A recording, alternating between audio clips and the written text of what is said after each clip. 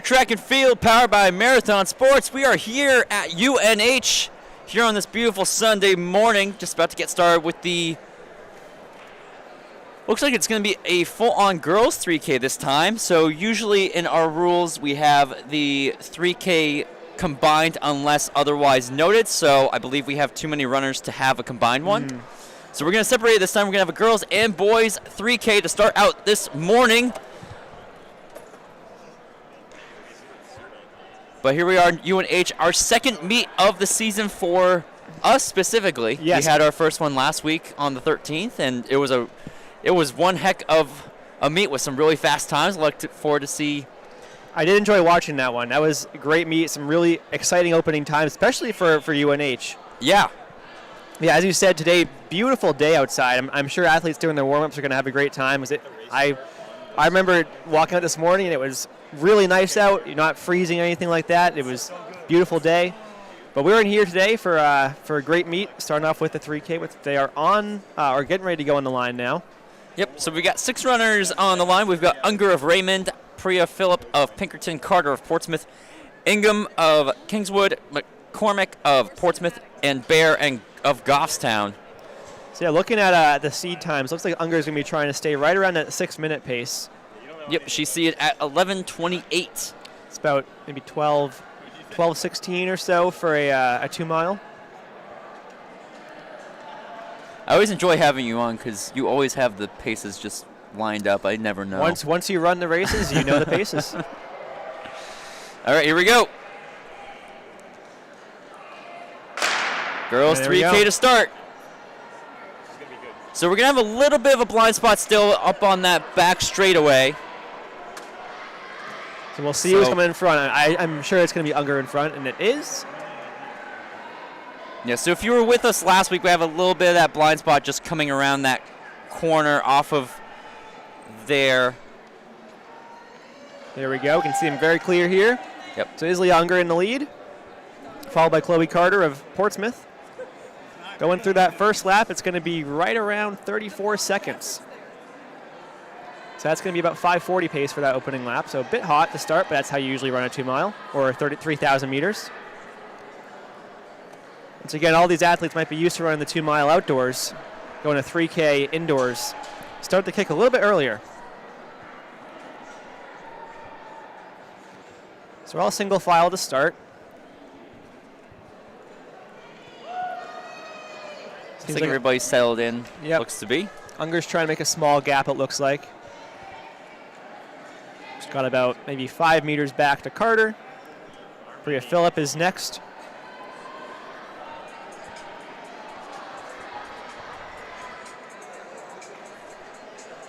So they'll be coming up towards the 400-meter mark in a few seconds. And she's going to be right on 6-minute pace to open this race.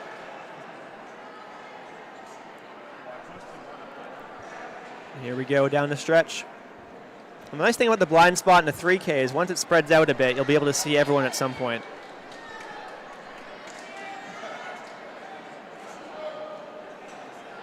So she's definitely expanded that lead over this lap. Approaching 2 minutes into the race. And this race is 18.75 laps. So a lot of laps. Otherwise, 18 3/4. Yeah, well, yeah, same thing. Yeah. Yes, this is, for anyone who didn't know, this is a 160-meter track. Definitely one of the more unique tracks in. Yeah. Typically you'd see a 200-meter track. A lot of the older tracks are going to end up looking like this.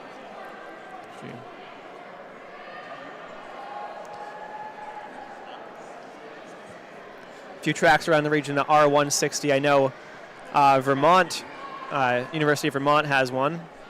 Might be the only two I know of.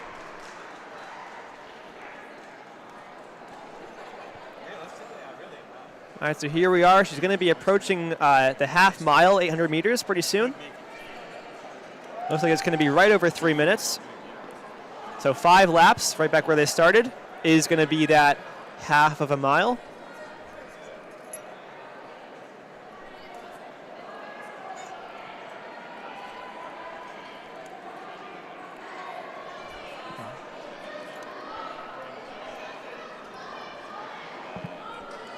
It definitely is very spread out now. Seems like Priya Phillip has moved into second place pretty comfortably. As Unger looks strong so far, approaching 1/3 of the race done.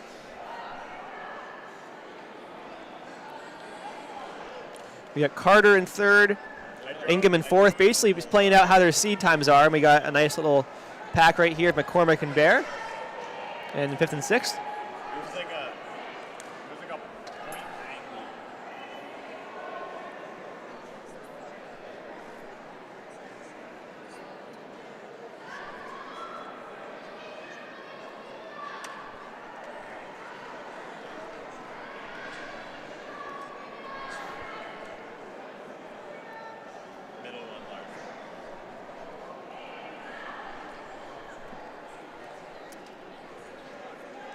So Unger's now through 7 laps.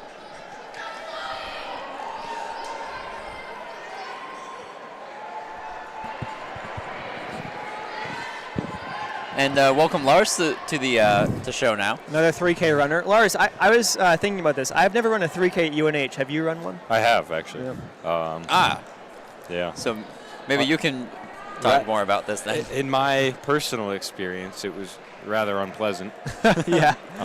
It's a lot of laps. How would it not be? It's 18 3/4 laps. Yep. Otherwise known as .75. I did run a significant amount slower than my 2-mile PR. Yep. Oh, interesting. During the race, so I don't think it's crazy to assume that it's a bit slower than anywhere else, but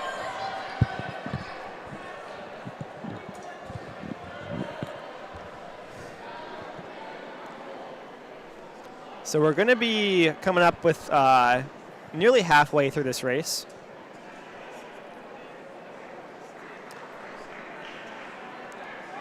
So we got a little bit of catch going on, playing some tennis balls.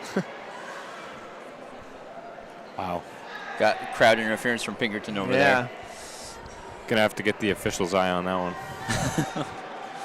All right, so halfway, if I'm doing my math correct, is going to be right around there. So she's... It is very strange. Yeah, you can't really tell. It's like halfway between... You need 9.37 laps. 9.87. Oh, yes, 9.37. You're right. Yeah. Interesting scenario there. So I think Unger is a little bit off of her seed time pace. How many meters is 0.37 of a lap? 0.375 to be exact. Oh, goodness. Times 16. Right? Like, that's going to be...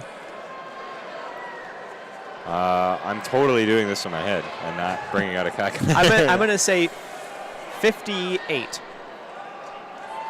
It's 60. Oh, that makes sense. That actually really, makes perfect sense. That was really silly. 58. Yes, so 60 meters. Now what do we do with that information? All right, so she's now through 11 laps. So into the back half of this race. Under a mile to go. Yep.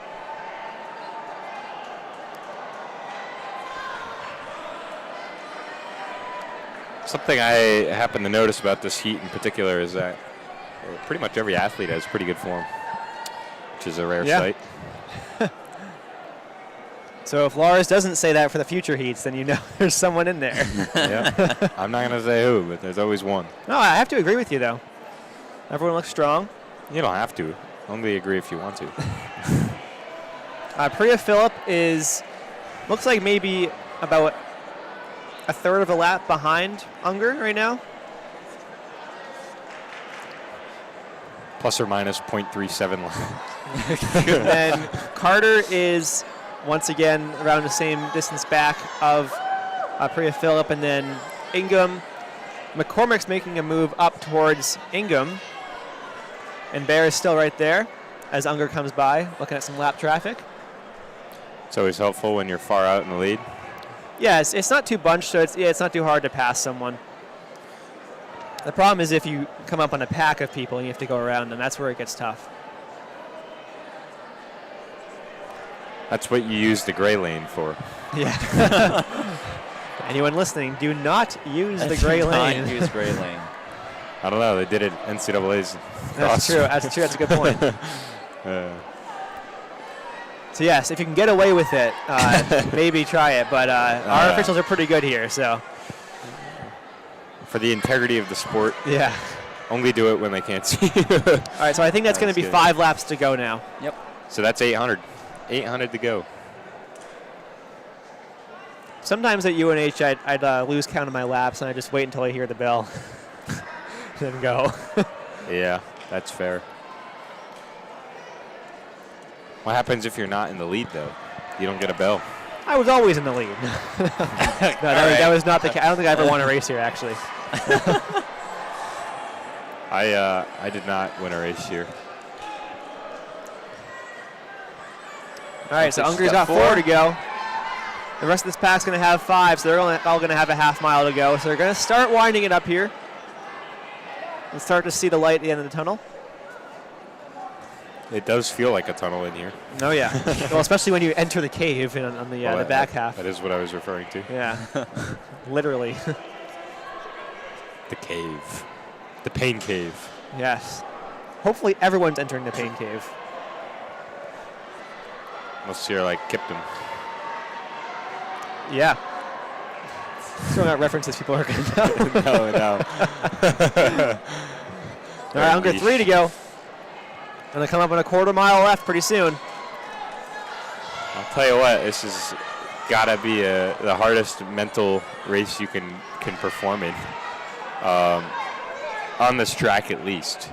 I would say in general, maybe not, but on this track. Right, because the math is so interesting, like trying to figure out, where you're at, not knowing. Well, I think it's not too bad because 800's 5, miles 10. Yeah, I guess that's true. But at this point, it gets so long, you have no idea where you are. It's like the 400 mark, and that stuff's a little tricky.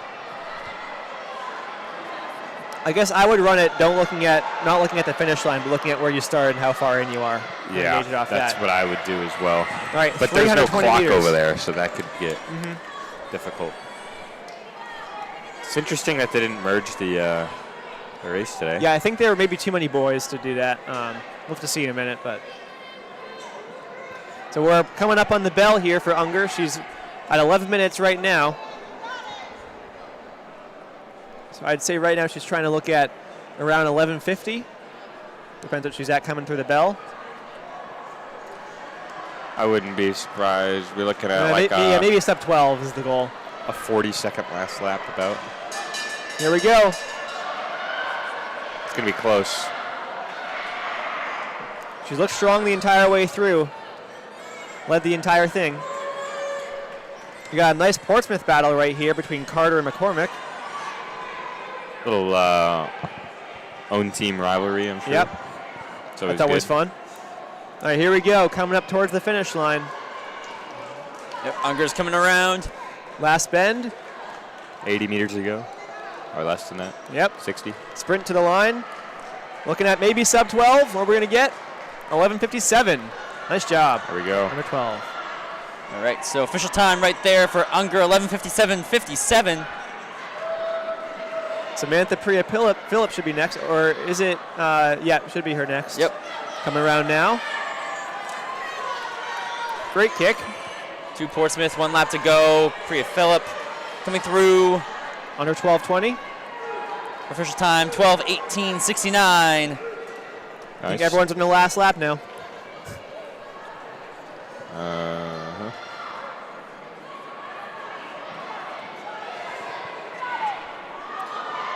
Oh, so Ingham's got 1 to go right now. And then here comes the battle between the teammates. Yep. So in the lead it is going to be Carter. It was out ahead of McCormick early on. She's going to hold on. It was a good finishing 400 for both of them. Yeah, definitely. Carter's time 12:49.44. McCormick 12:51.57. So McCormick beats her seed time by quite a bit. Here's Bear. He's also going to get under her seed time. Yep. Bear comes in 13:04.31. Ingham coming around momentarily. Here she comes now, as will finish right under 13:20. for a first time of 13:19:49, heading on over to the boys 3K starting line. Head on to the next one here. So we got It's a pretty small field, actually. Yep. Odd. Yeah. So it looks like we've got Steele of Kingswood, Rufo of Pinkerton, Pinard of Kingswood, Anderson of Dover, and Lefebvre of Dover. And they're off. I love seeing the resurgence of the Dover boys in the 3K. I can't recall any good Dover 3K athletes Yeah, in me the neither, past me 10 neither. years or so. Let's see. Strong start from Steele right here. Yep. So he's getting out. It's just a pretty quick start overall, it Yeah. seems. We are at 27. So that's, That is below 440 per mile. wow. Just want to put that out there. So they're going for, what is that? 28 seconds would be 440 pace. So This is a pretty young field, too. We have Steele with the 9:45 seed time as a senior, and then everybody else is sophomores and freshmen. Nice, yeah. Lefebvre's going right with him. Nice. Yep. Love to see that. Yeah, I think he ran 18:21 at Manchester. 56.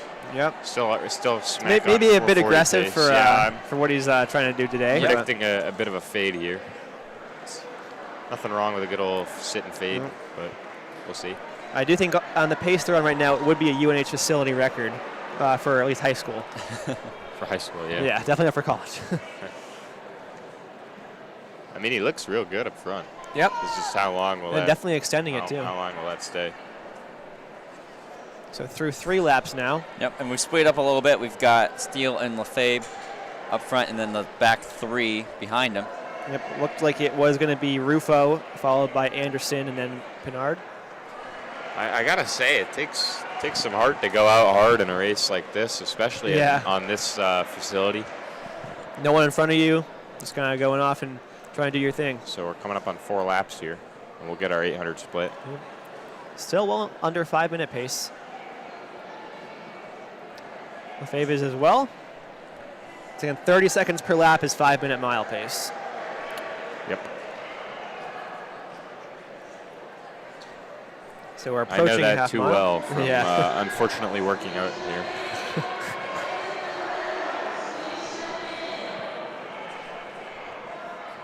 Honestly, he really hasn't slowed down that much. I think it's starting to come right now, but 224. He's still on sub 9-minute pace right now. He's on 9 flat pace, right on the dot, which means over 9 because he started out pretty quick. But Zach just came through at 2:30. Next pack was around 2:36.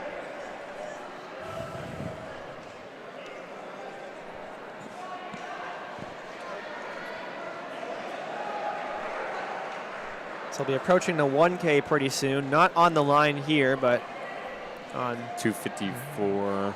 I think it'll be. yeah, it'll be a bit further up, kind of towards the other corner of the track. It'll be the 1500. 1500 start line, yeah. Which I believe they actually start on the straightaway, but wait, no, that can't be right. That's 1,000 in the straightaway. Oh yeah, so they were 305 or so for Steele. So he's slowing down a decent amount, but he's got so much room. Yep. Well, his seat time was 9:45. It looks like it was kind of entered by the coach as an estimate because it got the .00 on the end of it. Yep. Which you see a lot, especially at earlier season meets like yep, this. Definitely. So I mean, because you don't have anything to base it off of. This will become the new seat time, I'm sure. New standard, yep. Looks like our pack of 4 is kind of starting to close back together.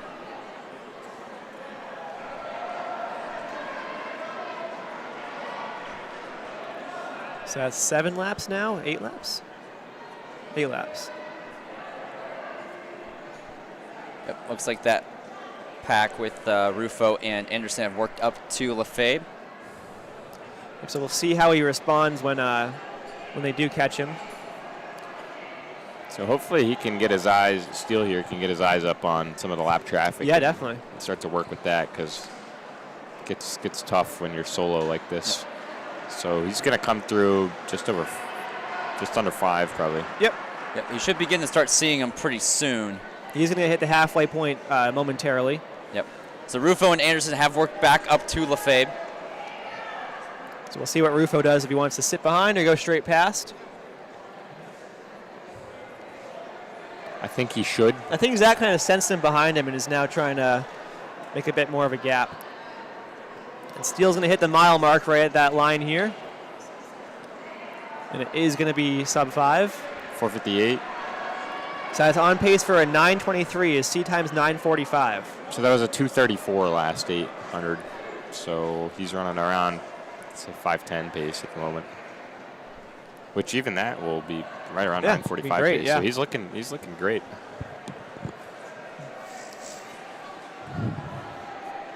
So here we go, through the line with 8 to go, I believe.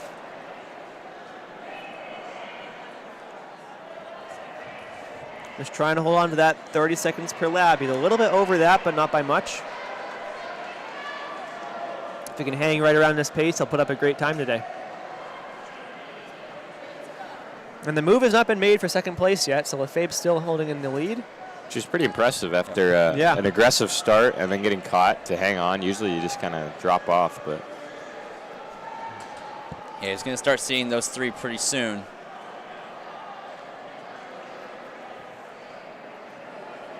it's exactly what he needs. That was a 31 or so. So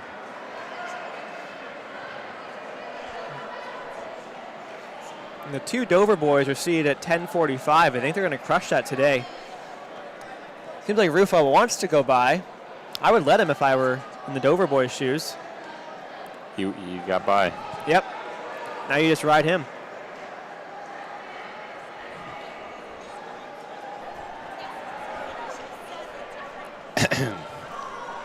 So we got, is that 5 laps to go now or 6 laps to go? See, it's hard to keep track in here. 6 to go, I always count on the lap tracker. Oh, yep, they got trackers right here. over there. Yep. I think.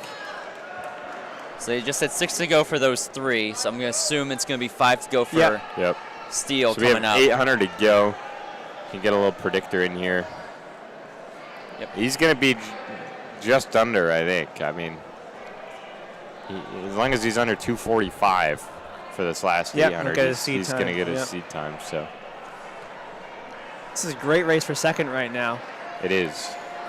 Anderson has kind of just been sitting on this pack for the entire time, waiting to make his move. This Looking strong. Rufo's a freshman out here. Yeah. Not too bad. 2 freshmen are going 2-3. Yeah.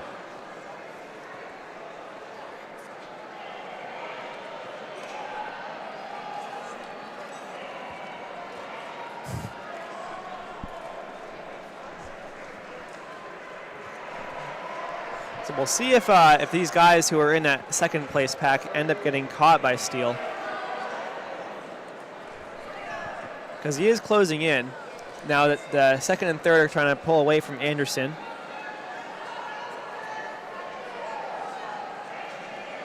Steele still looks pretty strong. Yeah. Starting to come up on those 3. Yep. Chris, unfortunately, there is not a camera person up top today, so we're going to still have that blind spot on the back straightaway. Chris Stevens, is, no matter what, he's always in here. That's great. Number 1 fan. All right. Now here we go. It's starting to bunch up again. So Anderson's Yep. got back with them. Yep, making a good push. Steele's got eyes on them. And now Rufo's trying to pull away. So we got Steele running 32s now, give or take. That's fine.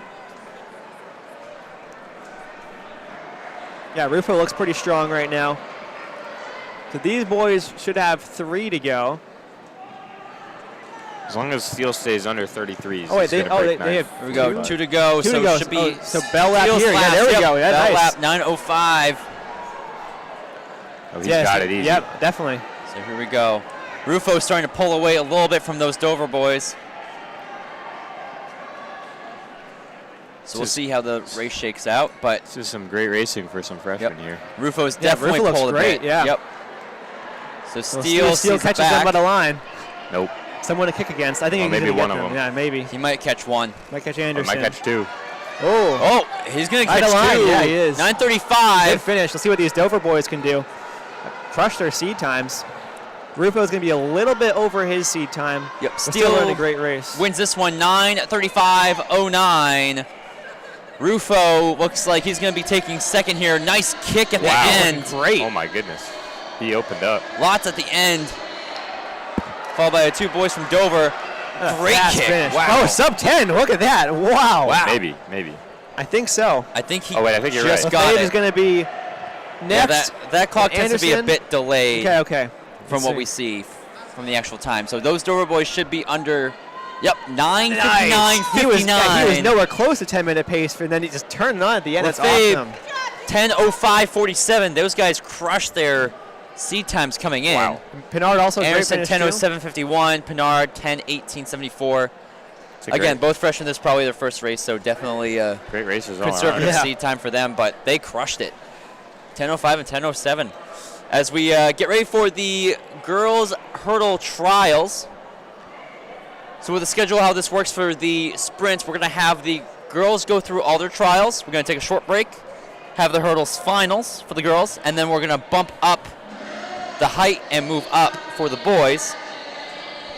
And they will run their trials, have a quick break, then run their finals, and then we'll move on to the dash trials. Run both boys and girls. And I'm going to go find Steele, get him for his interview. Nice. Oh yeah, sounds good. Any viewers can tune in to the Instagram where all the interviews will be posted. Yeah. Tune into the Instagram. If anybody wants any suggestions on who we should interview, make sure put in the comments in the chat. We look forward to seeing those. When we say that, is that just winners or like anybody in general? Well, or? winners. Okay, I was going to say. Winners. Any suggestions? We had somebody request for the 300 winner last week, and we got a message on Instagram asking if we had gotten the 300 winner. We didn't get a chance to, so if you guys want us to make sure we get specific winners from any events, it is pretty tough to get all of them, but we do the best we can. We've got two people with us today, Lars as well as Riley, working on socials today to do interviews as well as cover as much content as possible over on our Instagram. So again, check on over on Instagram, NHXCTF over there. And while we get ready for the hurdles. Oh, you know what we can do in the comments? Drop any fun questions you want us to ask the athletes, the winners. That is true. Any fun questions? I mean, any questions for us too? You were thinking of seeing if they knew the quadratic formula. That was maybe a bit too challenging of a question. If you know the quadratic formula, put it in the chat.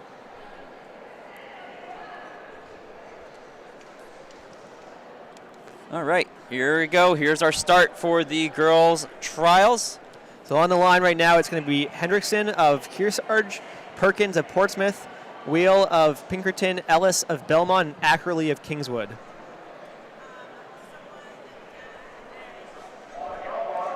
All right, starting gun. We've got two heats. Wheel's got a 9.32 entering this race.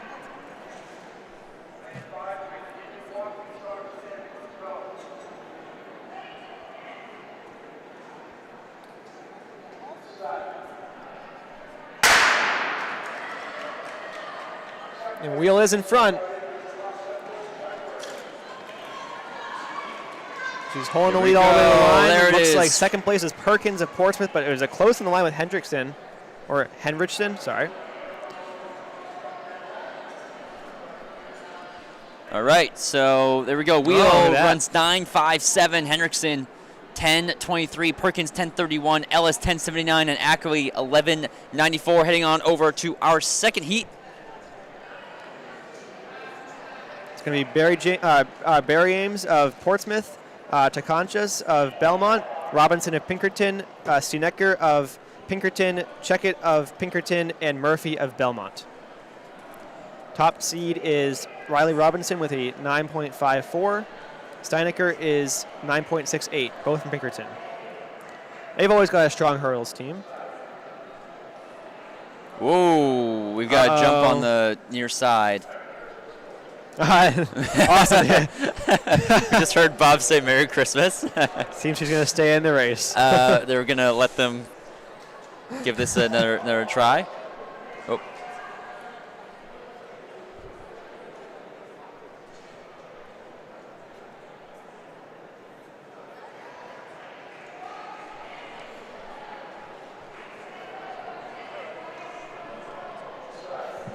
we go. All right, second heat is off for these trials. Got both Pinkerton neck and neck. Yep, looks like Robinson. But looks going to be it's going to be Steinecker. Going to be taking that one. She takes that in 9:39. Robinson 9:98. To Kenchis 10:41. Checkett 10:44. Barry Ames 10:61 and Murphy 12:61.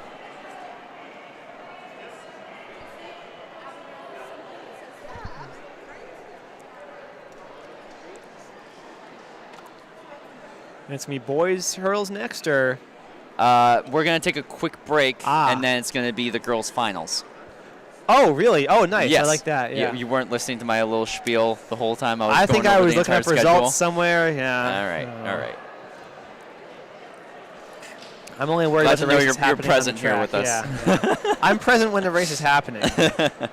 Well, if you would like to be present with us, why don't we talk about Lever? Oh, man, this is exciting. NHXCTF and Lever Movement have partnered up. Using our code NHXCTF, you can get 15% off your purchase of select items. In return, Lever Movement will contribute 15% to our website to support us to continue our mission to highlight New Hampshire scholastic athletes in this sport.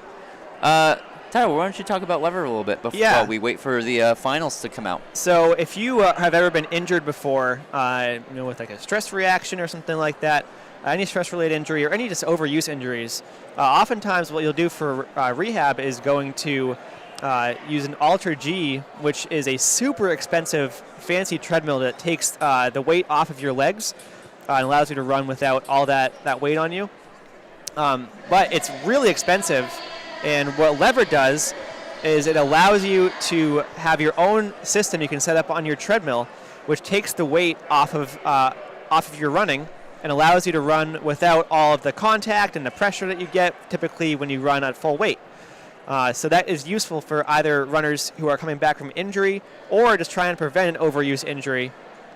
It's a super convenient tool which you can use at your own house. You don't have to go somewhere off to find Alter G. And it allows you to run safer, run healthier, and run easier. And it's a great way to both recover and both while you're running and while you're coming back from injury. So it's awesome tool. Go check it out. They've been a huge supporter for us for the last few years, and we're thankful for their help. And again, that link we just posted in the comments. Use NHXCTF for 15% off, as they will contribute that 15% back to us. So thank you for your support. Yeah, and I always suggest support these athletes. Yeah, I would look up a video of a Lever system to see how it works, and you can see, running is a lot easier when you're using Lever. So now with that, we've got our qualifiers for the finals. We've got Steinecker of Pinkerton, Wheel of Pinkerton, Robinson of Pinkerton, Hendrickson of Kearsarge, Perkins of Portsmouth, and Tekenchis of Belmont. Keep adding a D to Hendrickson's name because of Bishop Hendricken from Rhode Island. Used to New England's commentating from cross country. Hendrickson. Yeah, Steinecker looked great in her heat. Yeah, again, fastest time, 9:39 is the time to beat right now. Top three are all Pinkerton. So the Astros are dominant so far in this hurdles race. See if there's any upsets. All right, starting command given to this girls' hurdle final.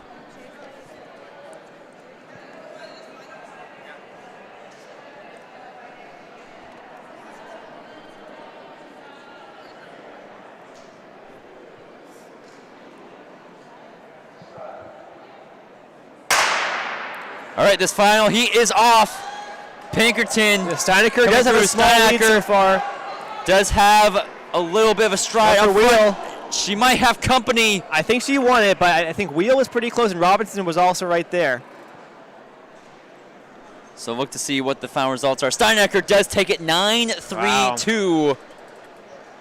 That's a great times for all three of them. Robinson 9:35, Wheel 9:39, Perkins 10:16, Hendrickson 10:48, and Tekenchis 11:94. Steinecker, Robinson, and Wheel all get either tie Steinecker's entry time to the final or get below it.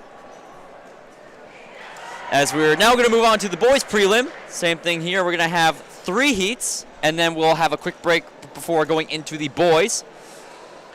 So in Heat 1, as the hurdle crew sets up hurdles, we have Angus of Dover, Beto Obano of Somersworth, Child of Pinkerton, Morin of Portsmouth, and Janice of Hanover. We've got 2 Janices in the hurdles. Just looking ahead over at Heat 2.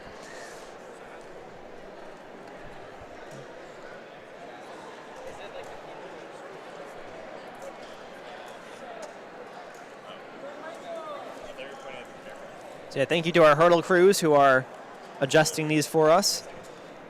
I just took a moment to look at some of the top hurdle times from last year. Annika Scott ran 8.07 last year at divisionals, which is just so insane because that looked fast in this race. Yeah. Compare it to what was run last year. Incredible.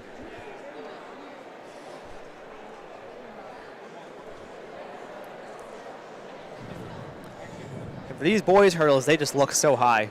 I can't even fathom that. You didn't do the 55 hurdles? Believe it or not, I did not, no. I think I did it Did you once. actually? I did it once. All right, well. But it was the shuttle hurdle relay, though. Oh, okay. We got Angus of Dover, Beto Obando of Somersworth, Child of Pinkerton, Moran of Portsmouth, Janice of Hanover.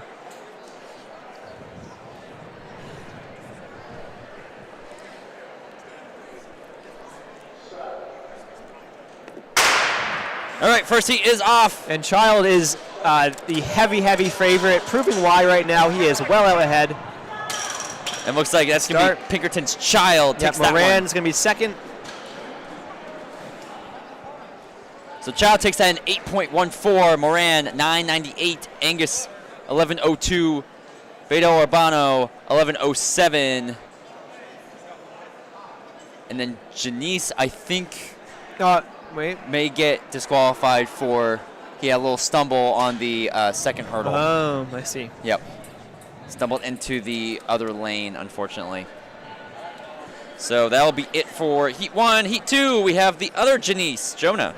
Rufo of Pinkerton, Wandel of Somersworth, Artis of Belmont, and Friend Gray of Dover.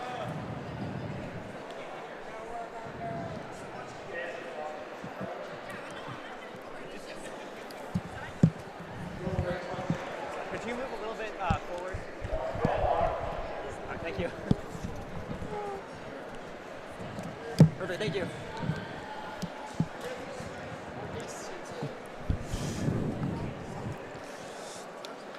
All right, second heat of 3. They're off. This is a bit closer. Pretty even start at the beginning, but it's going to be Wandel, who's looking really strong. Wandel looking to take this well one. in head. Great speed over the hurdles as he's going to take this one. 9.18 for Wandel. Rufo, 10.02. Friend Gray, 10.35. Artis, 10.87. Janice, 12.07. As we're going to move on to Heat 3. Jimenez of Goffstown, Nicole of Kingswood, Simpson of Portsmouth, and Smith of Belmont. Once again, no runaway favorites in this heat. Nickel is 9.44 for his seed time.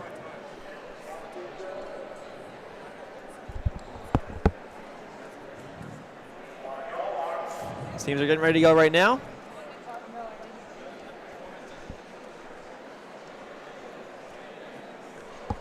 Looks like we only have 3 runners in this.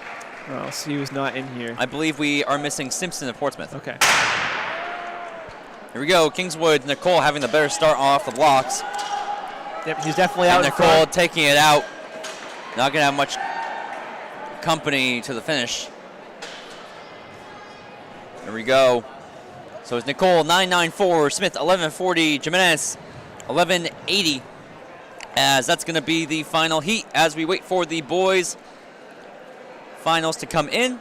Again, the top 6 advance by time. You know you don't pronounce the J in Jimenez. Is that how? Is it? Yes. Is that right? Tyler's bilingual. That's pretty common knowledge. I think about what was his name? There's some really good golfer a few years ago with last name Jimenez. Tiger Jimenez. Definitely not him. No. What was his last? He's always somewhere like up there in the Masters. Miguel Angel Jimenez. Yep, that's who it was. All right. Our final qualifiers here, Child from Pinkerton, Wandel of Somersworth, Nicole of Kingswood, Morin of Portsmouth, Rufo of Pinkerton, Friend Gray of Dover. That's your top 6 going into the finals for the boys. I'll take a quick thank you to our main sponsor for today, Marathon Sports, retailer of everything walking, running, and fitness. You're a huge contributor and supporter of Scholastic Running, and continue to do so by supporting us, so head over to marathonsports.com or visit one of 28 locations in New England region. There are 3 in New Hampshire, Concord, Manchester, and Portsmouth, to get what you need for this running season and beyond. I love Marathon Sports. And sign up for Winter the Warrior. Marathon Sports Winter Warrior next weekend. Yep. Oh, December 28th. We'll be there. Oh, is that the Oh, we one will at be there. at New Balance? Mm-hmm. Yep. We'll be live streaming over on Bay State Running, Yeah. but us New Hampshire folk are Can going to anybody be... do that? Yeah, there's Yeah. USCTF open meet. Oh, There's masters categories, open categories. That's we got tempting, honestly. There's a Your whole own- high school meet. Your own Davio is going to be competing in it. It's a pretty fun time. I thought about it. I probably won't be, though. what I'm probably event working do they have? instead. Like, what events do they have? A ton. All the Yeah. normal ones. 200, 800. Well, it doesn't Mile. matter. There's a 5K. There's a 5K. 5K. Ah, that's tempting. That's tempting. You should do it. Should. Come hang. You can pace me, Tyler. Well, I'd race for myself probably, but No, you yeah. should just pace me instead. You'd be pretty close though. Okay. Wait to your 100K pace.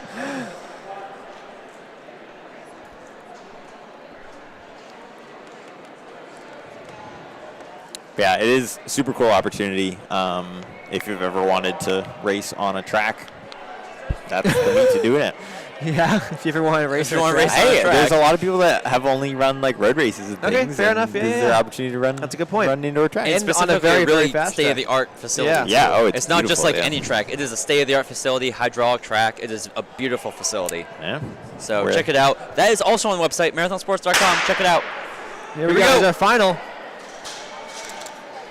Boys final, Child Well away. through them and easily takes Yeah, this Wandel, one. not a bad run though. He's not far behind. Child gets that 8:07. Wandel 9:21. Nicole 9:87. Rufo 9:98. Morin 10:06 and Friend Gray 10:18. As we are now going to get these hurdles off the track. See ya, hurdles.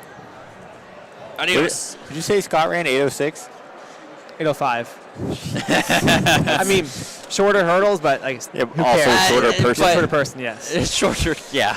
That's crazy. I don't think the hurdle Yeah. height is going to make that much of a difference there. But yeah, that's crazy. Yeah. No, she was something to watch when Well, she's still in be high it. school though, right? Or is she? Didn't you graduate last year? I think she graduated last year. Barry was the one. She's a year younger than I don't recall. Scott. Because I think Scott was a senior, Barry was a junior. Sully Sturts was a senior last year, and I was very Oh, wrong. yeah, so he was not a senior yeah, I last year. messed that one up. Yeah. Although I didn't say that on air, I said it to the Dover okay, coaching, you're Dover fine. coaching staff. Yeah, no, this was to the coaching staff. And then And they then were I really saw mad when him he at showed up the Moonlight. next year. I saw him in Moonlight. I was like, oh, well, never mind. I was so wrong because he ran Moonlight Madness. So Dover has been training all season on the basis that Sully Sully Sturgis is not not running. Which changes things. You so ruined much. their whole season. It says 11, but I mean, who knows? You know, like It does say 11? It does say 11. Does it? Intriguing. Wait, oh. no, hold on. Wait. My bad. Oh. Sorry, this is 2026 year, isn't it? Right. I was guess yeah. Never mind. Okay. okay, we have Kinsella of Dover, George of Pinkerton, Lacasse of Belmont, Avery of Portsmouth, Lewis of Goffstown, and Ackerley of Kingswood for this first heat. Speed run that. All right, first heat is 03. Lewis 803. Oh, 847, excuse me. Kinsella 859 and Ackerley 899. And this is where we get to see some of the times drop in the bubble time. I was looking at the 2024 meet when I saw Series 11 because I didn't look at 2025f because I was like, well, it's That's 2025 this right now. year, Yes, but yeah. it's not. It's about to be 2026. Tricky. That's the problem with indoor. Yep. A little difficult to Whoa. know which year is which. So it's going to be Ingham of Kingswood, Morrison of Pinkerton, Milks of Portsmouth, Rains of Kearsarge, Sturgeon of Belmont, and Picone of Goffstown. Too bad Jim McKenzie's not here. You've been all over the Milks being back. Second heat's off. Looks like Milks is off to a great start there. Milks is going to take it.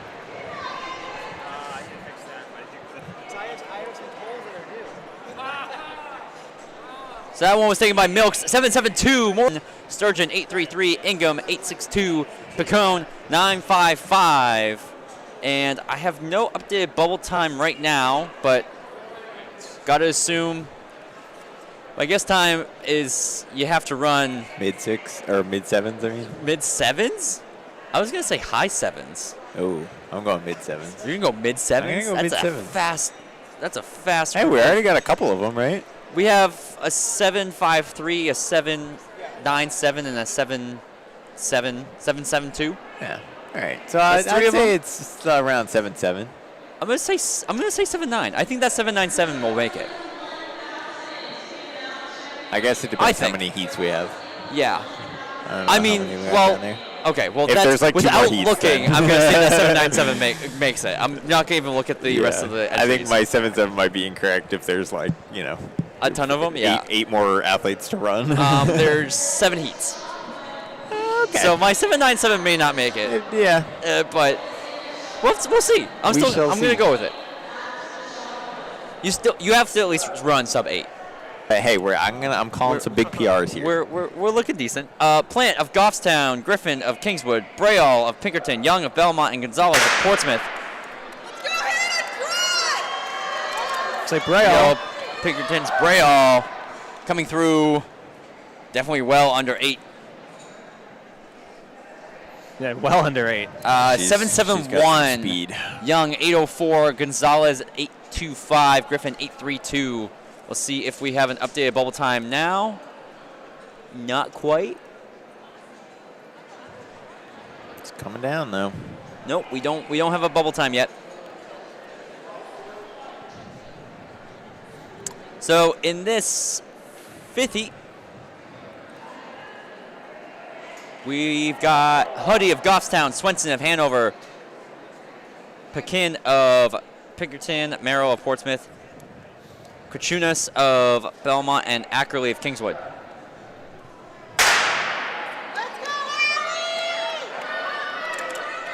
Looks like Merrill so far. Pretty quick. Pinkerton. A close one. McQuinn comes back Again. together. It's a good start from Merrill. 7.92, 7.98, 2.882. So that's Pekin.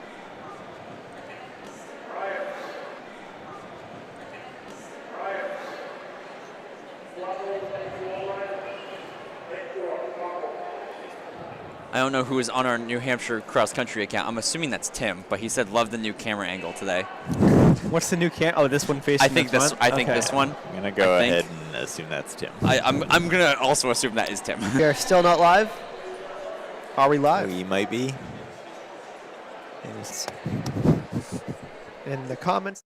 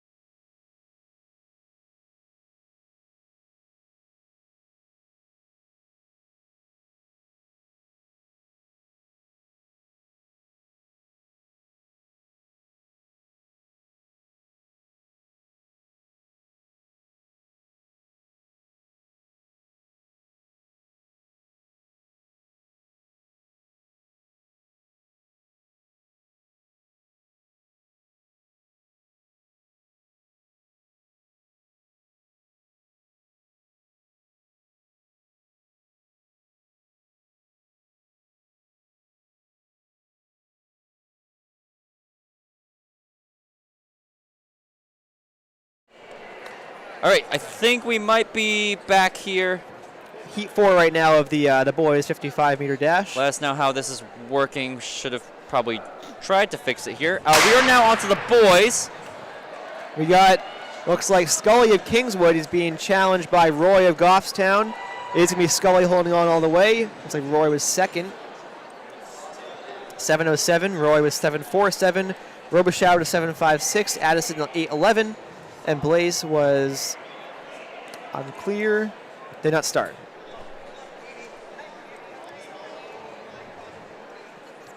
We got McPherson of Belmont, Wandall of Somersworth, Roberts of Pinkerton, Vance of Portsmouth, Barron of Dover, Bennett of Kingswood. All right, hopefully. Yeah, sorry about that, folks. Hopefully we're good. We have solved our internet problems. Even though what internet problems were there, I don't know. But seems like we are good. So thank you for hanging in there with us.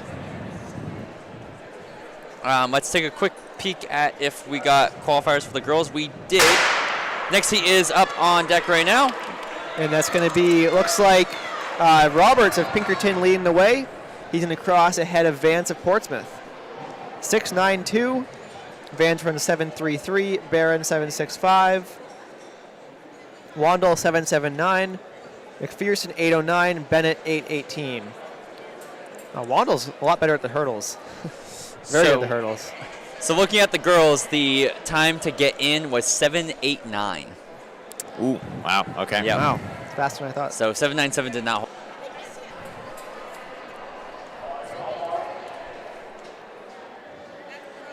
Wow, so We're on heat.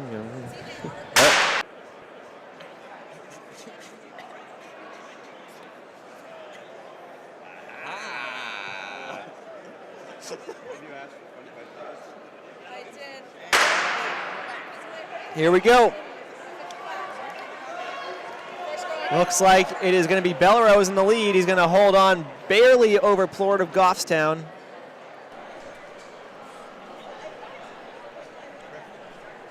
Believe we should be back live now. Nice. So that was Belrose 7.28, Plord 7.30, very close race. Jeffrey, runs 7.62, Tang 7.90, Ferguson 8.21, and Vital Obondo 8.52. All right, so now is this going to be the finals of the girls 55 dash? Yeah, so we're going to take a quick look at that.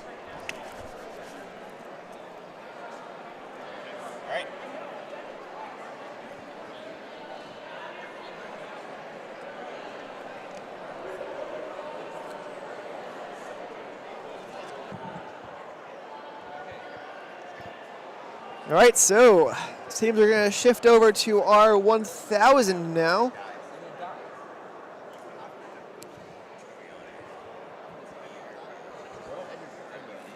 Yeah, and it's doing great. It does great. It did great last week. What changed? Okay, so can we try to go?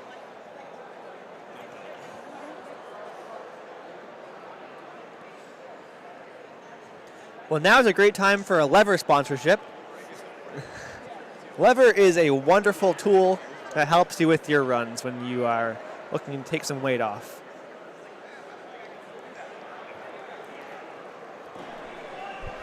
Again, please thank you for hanging with us Oh, while are we we back live? Yes. Oh, nice. Yep. So yes, your Lever sponsorship offline. Oh, This is now we're back heartbreaking. online. Hello, folks. Hello, hello. Oh, leg cramp. Darn it.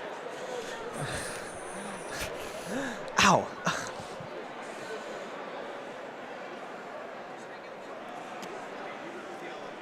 So the 1,000 meter is going to start at the far end of the track. Oh, I guess the where the 55 finished. They get a nice straightaway to start their race. Seems the boys are going to be on the line now. All right. There we go. Oh, sorry, the girls. My bad. So let's see who's in this race. Looks like it's a pretty small field. So it's going to be Bridget Johnson, then Daigle of Pinkerton, Kelly of Dover, Dorn of Goffstown, Monteiro of St. Thomas, Sanfison of Portsmouth, and Santangelo of Kingswood. There's going to be 2 heats.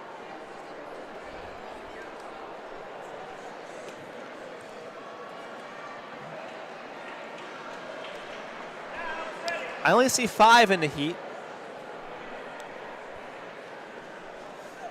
So there we go. It's the 2 Pinkerton girls in front. Dorn of Goffstown's in third. And it's going to be Daigle leading the race so far.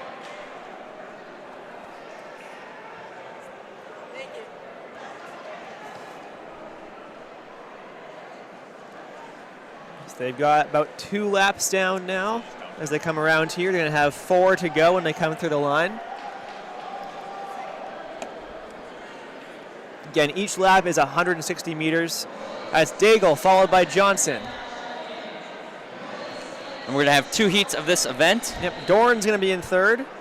Looks like Kelly of Dover's not in the race. And then we've got Santangelo of Kingswood and Sanfrecin of Portsmouth. Monteiro is also not in the race. That should be about halfway through now.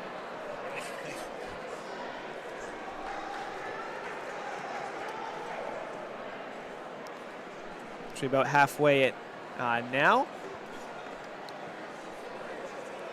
So they're going to have 3 laps to go. See, I think the move was just made. So that's Johnson going to the front now. These 2 girls are only separated by 0.15 seconds, so it could be a very close finish.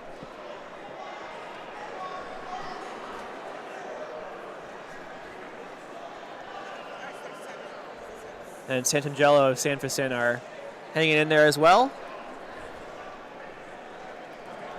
And now welcome back, Lars. Howdy. All right, we got 2 laps to go. How's that media coverage going over on the Instagram? It's going great. Got plenty of interviews up. Go check them out. Nice. So that is Johnson who's in front now trying to pull away from Daigle.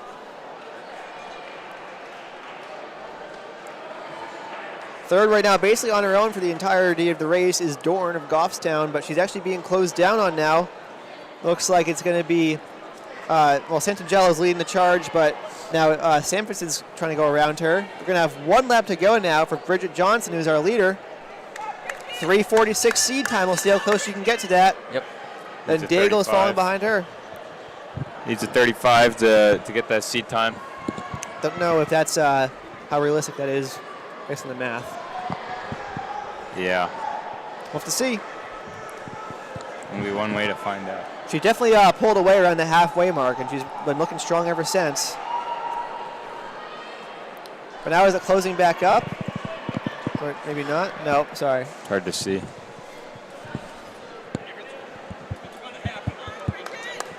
Yeah, actually a very close finish. It's going to be a 3 right around the seed time. Look at that. Both of them, yeah. That's great. So it is going to be Johnson taking the win in that heat.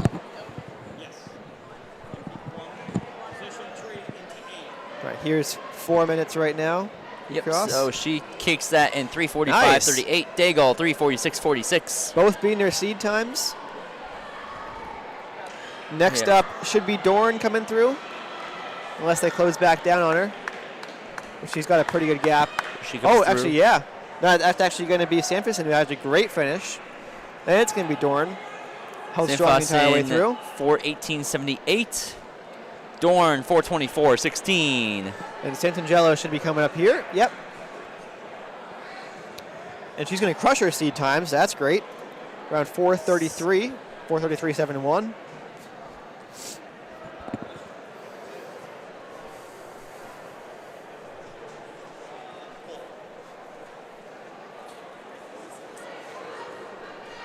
So Heat 2 coming up is going to have Sarah, is it Raza? I always struggle with her last name with the Z. Raza, right, correct? And then I believe it's Raza. Yep. Blake of Pinkerton, Campbell of Portsmouth, Ryan of St. Thomas, Boynton of Pinkerton, Ryan of Portsmouth, Monteiro of St. Thomas. So we've got 2 Ryans in the race, 1 Ryan on the mic. There's a lot of Ryans. Yeah. I feel left out. Well, luckily there's also not a Tyler in the race either. So A lot of Yeah, whistles. I don't know what's going on. Maybe people are on the track. we've got the white flag. Yep. So There we go. you Getting can ready see to go. some of the starting line there for the second heat. Hey, here we go. Pinkerton and Portsmouth taking it out.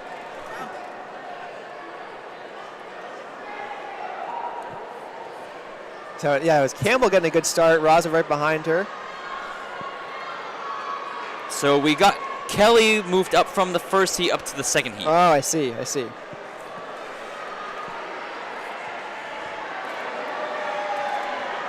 All right, so we're going to come through with 5 laps to go. Raza now moves in front. You got Campbell riding her shoulder. We got Blake. Then it's followed by Ryan Boyington. Then another Ryan. You got Kelly and Montero's the back of the pack. So see if she can chase down these runners as we've got, actually she's looking down on Kelly now.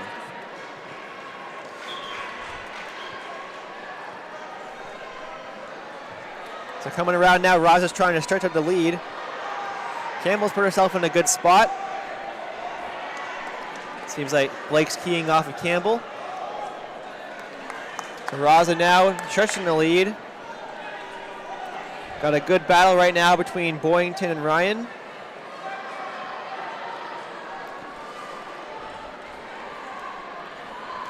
And just like that, this race is almost halfway over. So it seems like every lap, Raza's kind of stretching out a little bit more. She comes through halfway right about now. Seed time 3:18. Got 1:40 with 3 laps to go. It's still Campbell in second place, but Blake is riding her shoulder, maybe looking to make a move soon. Nice move there from Boyington, who's really stretching things out now and trying to close up to that pack. Got some movement over in second place. Blake moves around. Yep, okay. So she'll see if she can try to catch up to Raza. Yep.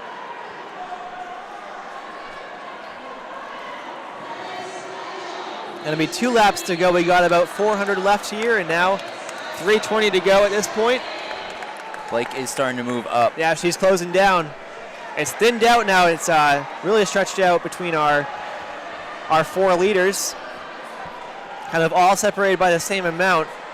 Raza's trying to hold on for the win, but her teammate Blake is coming. The gap stayed about the same this lap. Coming on to the home stretch, approaching the bell. Raza has the lead at 2:46. Blake now closing up a bit more. Campbell now has a challenge from Boyington.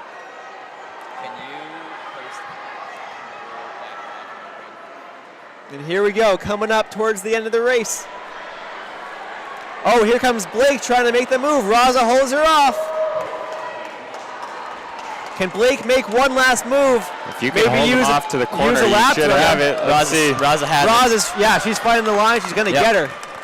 Great finish from those teammates. 3:17 right around there. Right around those seed times. Blake ran a great race. 3:16.88 for Raza. Blake 3:17.16.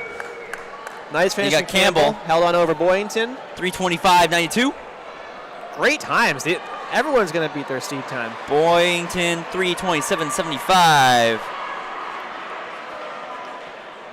See, I think Ryan should be up next. Might be a Ryan battle. Yep, so that's going to be Leah Ryan over Kayla Ryan. That's 3:44.79 and 3:47.28. Kelly made use of being moved up a heat to get under her seed time. Yep, 3:51.01 for Kelly. Monteiro coming through now, and that's going to be the field through. 3:59.43. So we're going to move right along to the first heat of the boys. This first boys heat is going to be Toll of Dover, Ragazzo of Dover, Wadamina of Somersworth of Kingswood, Walston of Kingswood, Pekalski of Raymond, Ibarra of Dover, Greco of St. Thomas, Millmore of Belmont, Herman of Hanover. Very Dover heavy heat. There you go. Yeah, and the 3 boys are all in the front there. Wave of green right up front.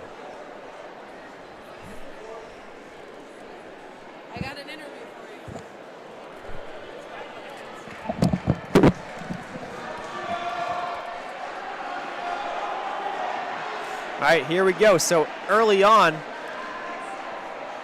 let's see when they come out. I think that should be Ethan in front, or maybe not. That's Hayden up front. Yep. Yep, and then he's going to have some company from Hanover's. Ethan's in fourth right now.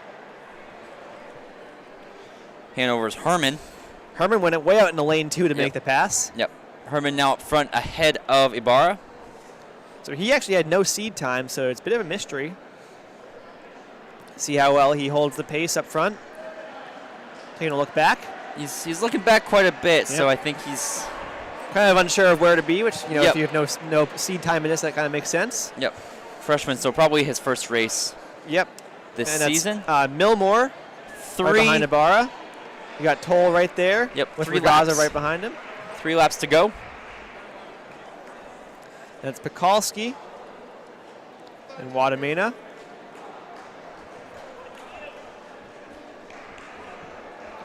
You got Greco right here. All right, so here we go. We got Milmore moved up to the front ahead of Herman. Yep, so it's going to be the 8 and 9 seeds Followed by together in the Ibarra. lead. We got 2 laps to go? Oh, 2 laps to go. no, 3 laps to go. Oh, it is 3.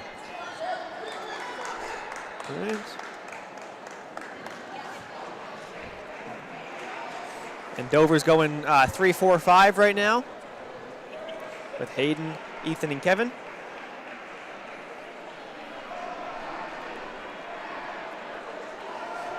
Looks like Hayden's coming up on the back of Jack.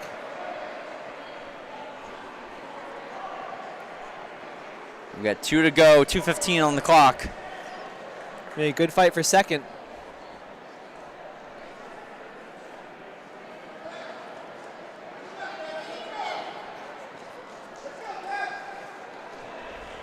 And Milmore has just kind of extended the lead from here.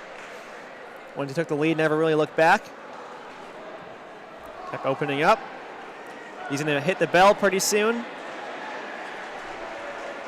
have 1 lap to go. So here's the bell for Aiden Milmore.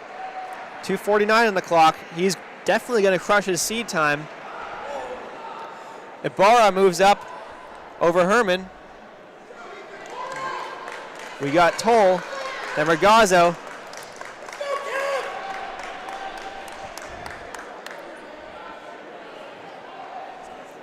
It's going to be a good finish for Milmore, though.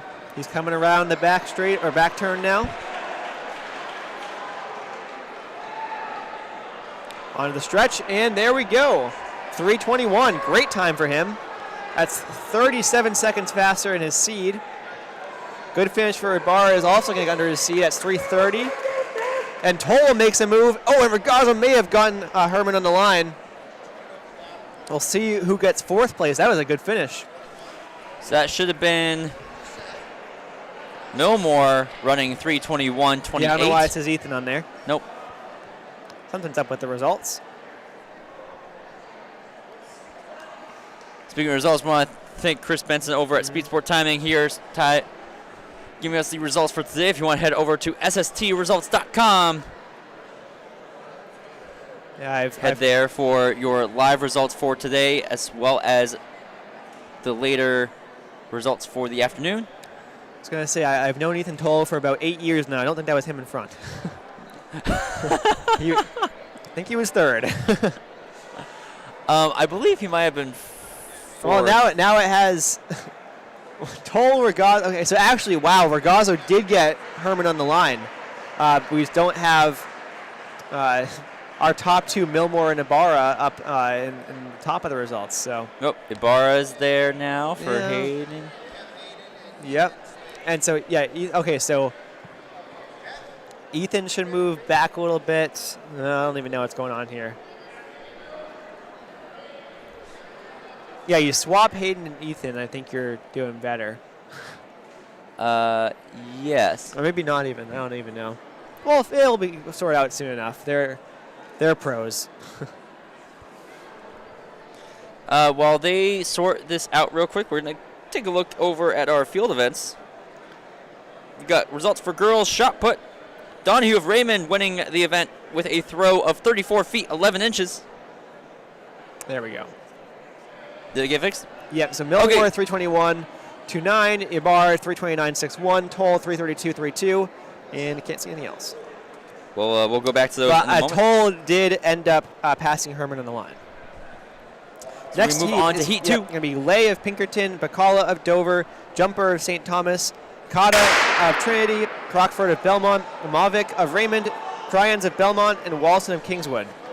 Oh, We're super out quick pretty start. quick. That was Kodka of Trinity, who is blazing off the start.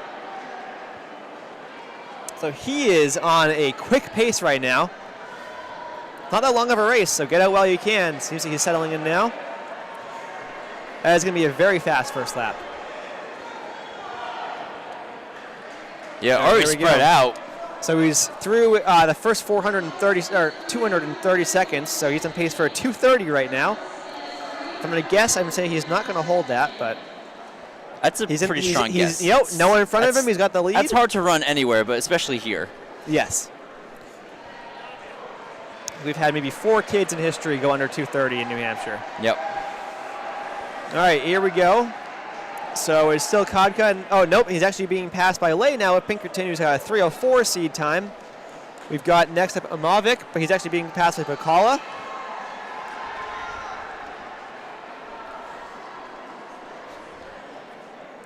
So it looks like Bacala is making a move up to try to catch Lay, who's taken.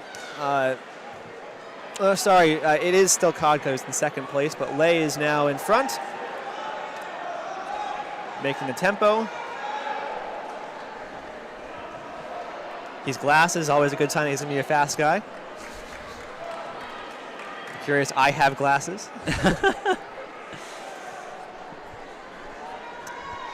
So it is Lay, and then now it seems Kodka's coming back to Bacala, who's trying to make a move up towards Lay.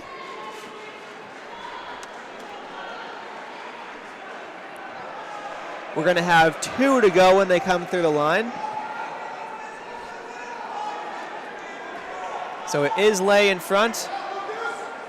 Bacall definitely making his way up. Trying to get past He's Kodka. picking off one by one. Kodka's still running pretty well for how fast he got out. Yep, so Bacall is now in second.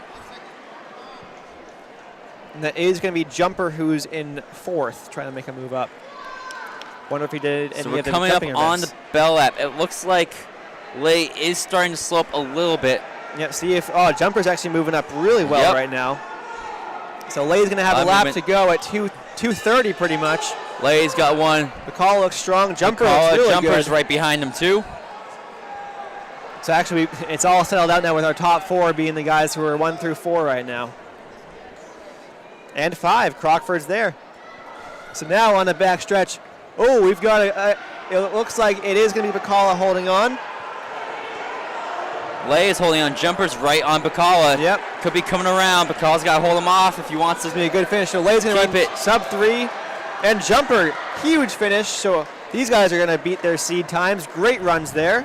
Yep, so Lay takes that 2:58.13. Jumper 3:01.12. Bacala 3:01.91. Kodka not a bad run around 3:12. 3:08.74. Never mind, even better than that. Yeah, that clock is a little off right there. Crockford's going to run right around 3:20. So 3:20.32 for Crockford. Cryans, then Amavic. Cryans takes that 3:24.59. Amavic 3:26.88. And we should have Walston coming around shortly.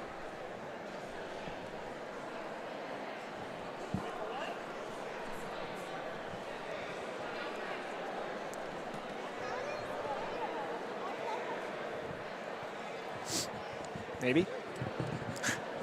I don't know if Walston is. I don't see him on the track. Yeah, maybe not.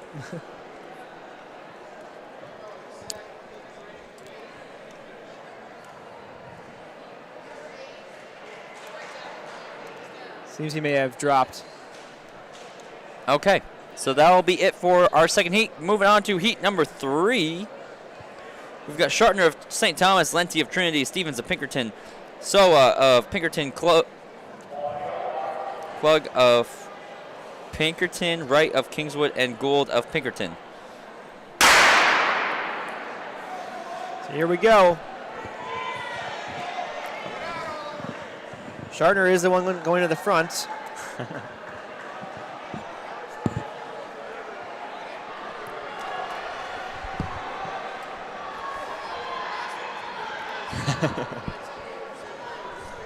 I'll tell you what, Pinkerton's probably, without a doubt, team of the meet so far, if you ask me. They're always team of the meet. Yeah. Cross country they were.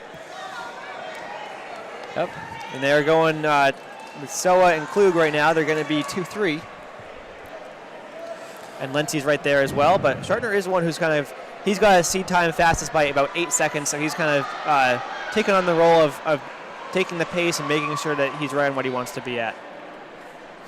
2:44 is a pretty quick seed, so we'll see how that plays out. We did see a 2:46, I think, was the fastest last week that I saw. So about a little bit over 1 minute. Oh, sorry, we saw a 2:42 last week. Actually, that's really quick out here. That's I was going to say, I think the first 400. I thought we saw something faster than 2:46. Yeah, we did see 2:42. Who was that run last week? I feel like that was Lucas Gomez. Okay, that's why. That's yeah, what I thought it was. Yep. Going to UMass Lowell next year. Tested my my memory right there. Yeah. So Schartner was about 127. Schartner really gapped. He looks good. Yeah. He's got a nice strong stride right now.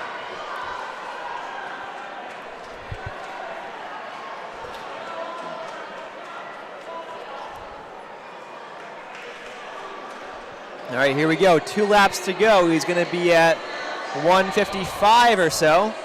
He's got a huge lead. Coming up next is going to be Klug. Then it's going to be Stevens. Then it's going to be Lenty.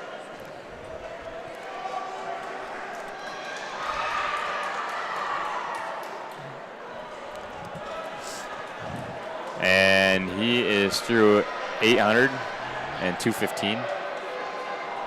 Wait. That can't be right. Nope, it was faster than that. Yeah, definitely. Excuse me. Yep, there goes Schartner. 1 lap to go at 2:22. Got a pretty good kick coming up. Yeah, we'll see where he can finish. Wait, no, I think that was right. Yeah, that makes sense, I guess, yeah. 2:15. It's a pretty big positive split there. He is hauling now. Yeah, oh wow. My. Good finish. There we go. So 2:44 on the clock, so not going to get his seed time, but still a solid run. I mean, 2:47. Not bad for UNH. Yeah, and he gapped the field. Great finish here. It's going to end up being 2:46.89 for Schartner. Klug over Lenty. And I believe Klug Stevens. 2:54.73. Lenty 2:55.08. So 2:57.59. Wright 3:06.50. Gould 3:11.50. And Steven 3:14.75. That'll do it for there. So remaining events, we've got the 600 meters, 300 meters, 1500, 4x4, and 4x160. And then everything all over again this afternoon. Yes. Well, hopefully not our difficulties, but True. yes. And hopefully with some lunch in the middle. They actually don't As feed we us. all hope. At New Hampshire Cross Country, they don't feed us commentators, so. Hey, we can't say that. we can't say that on there. We're actually trapped in the track for the entirety of our secret. lives. In all seriousness, we are well taken care of. Yes. All right, girls 600. We've got Swenson of Hanover, Von Kadik of Belmont, Smith of Belmont, Alexander Provencal of Belmont, Trianda Filot of Dover, and Perlot of Belmont.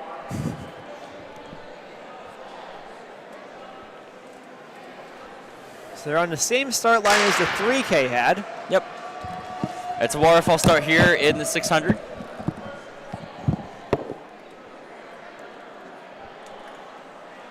So we'll see who ends up being in the front. A lot of Belmont in this heat. So who knows which one of them it is. We'll see them coming through. That's going to be Swenson. Followed by Von Kedich.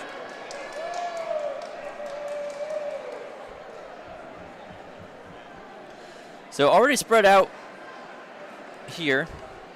So 600 is 3 3/4 laps. It's kind of hard to tell the Hanover and Belmont uniforms apart from far away. We had an interesting thing last afternoon where we had literally like 4 teams have almost the same exact jersey, and we couldn't tell them apart. It was like Somersworth, Salem, yep, Epping. So his Swenson of Hanover. Yeah, they are so. Oh my goodness, they are so similar. Yeah. But we are going 1, 2, 3 for our seeds right now, and then Triandafilo is going to be 4th, breaking up the seeding placements. Let's go Green Wave.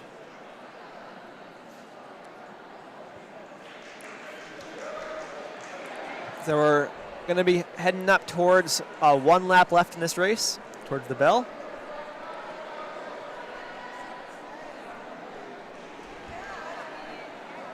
There we go. Swenson's made a good gap.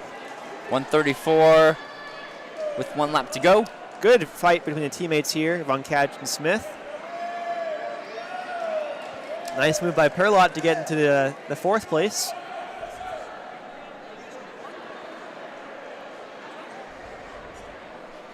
We do have 3 heats of the girls 600.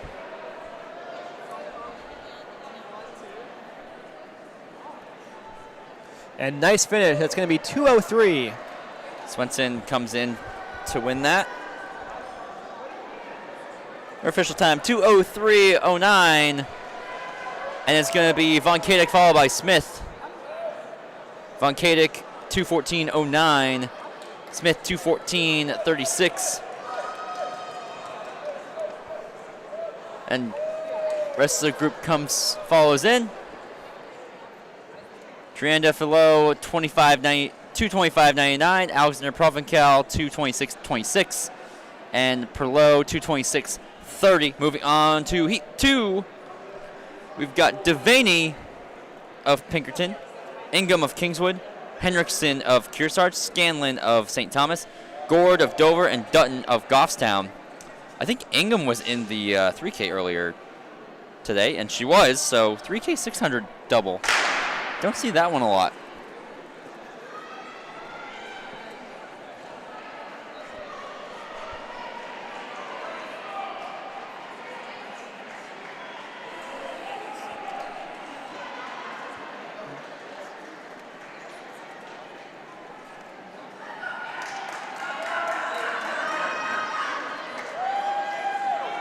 So 3 laps to go.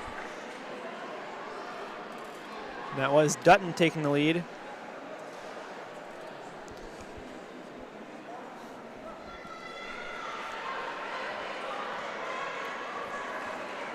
So when they come around here, they're going to have 2 left.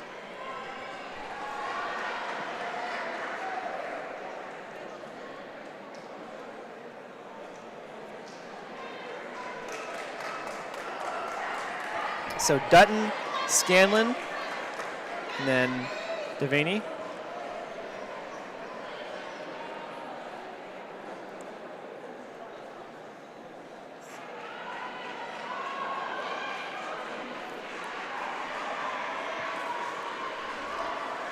Some movement happening here. Might be Scanlon going into the front.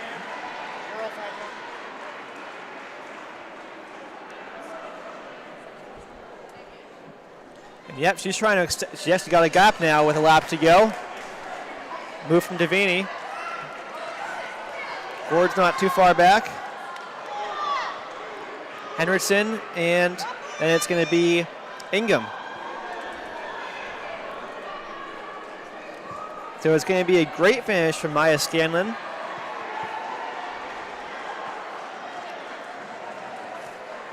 Took the lead with just over a lap to go, and she's going to hang on sub 2.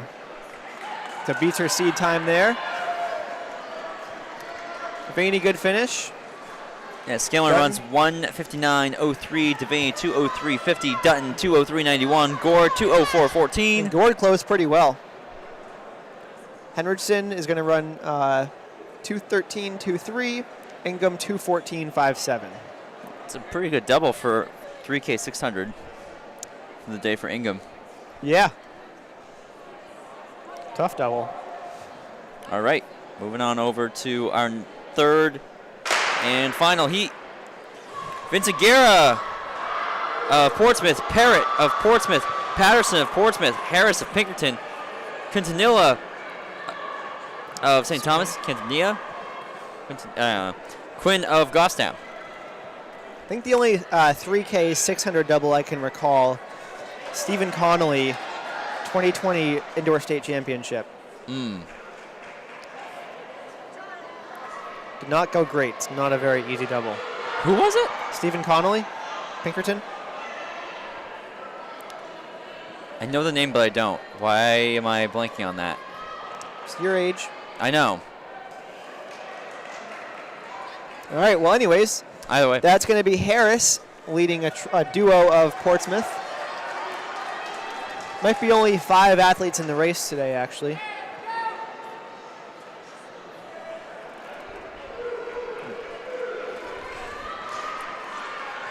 And here they go. They're trying to move past Harris now.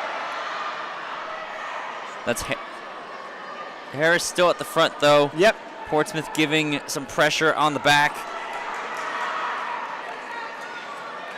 Pass on the inside. Vinciguerra, who's going to make the move. Very bold play there.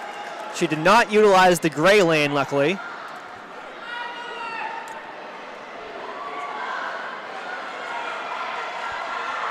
Here we go. Suspense until we see them on the corner. Oh, it's going to be a good finish. Harris is still there. The two of them have pulled away. From the rest. On to the stretch. Down to the wire. It's going to be Vinciguerra, yeah. 150 right around there. Nice. 150.15 for Vinciguerra. Harris 150.66. Patterson 156.62. Quintanilla 157.44. Quinn 157.96. Going on to the boys 600. My boy Theo Sawyer is the top seed in this. Then Bradley Addison, Foster of Portsmouth, Blanchett of Belmont, Sodak of Belmont, Green of Dover, Brunel of Belmont, and Foster of Belmont. We only have 2 heats for the boys 600. Yeah, it seems like it's a pretty packed field in here. Theo does take the lead.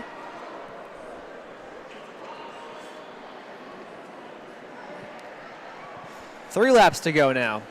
He's followed by, I didn't realize that, I don't know why I didn't know this, that Belmont's also the Red Raiders. I was like, I didn't realize Spalding was in this race. Yep. No, it's Belmont.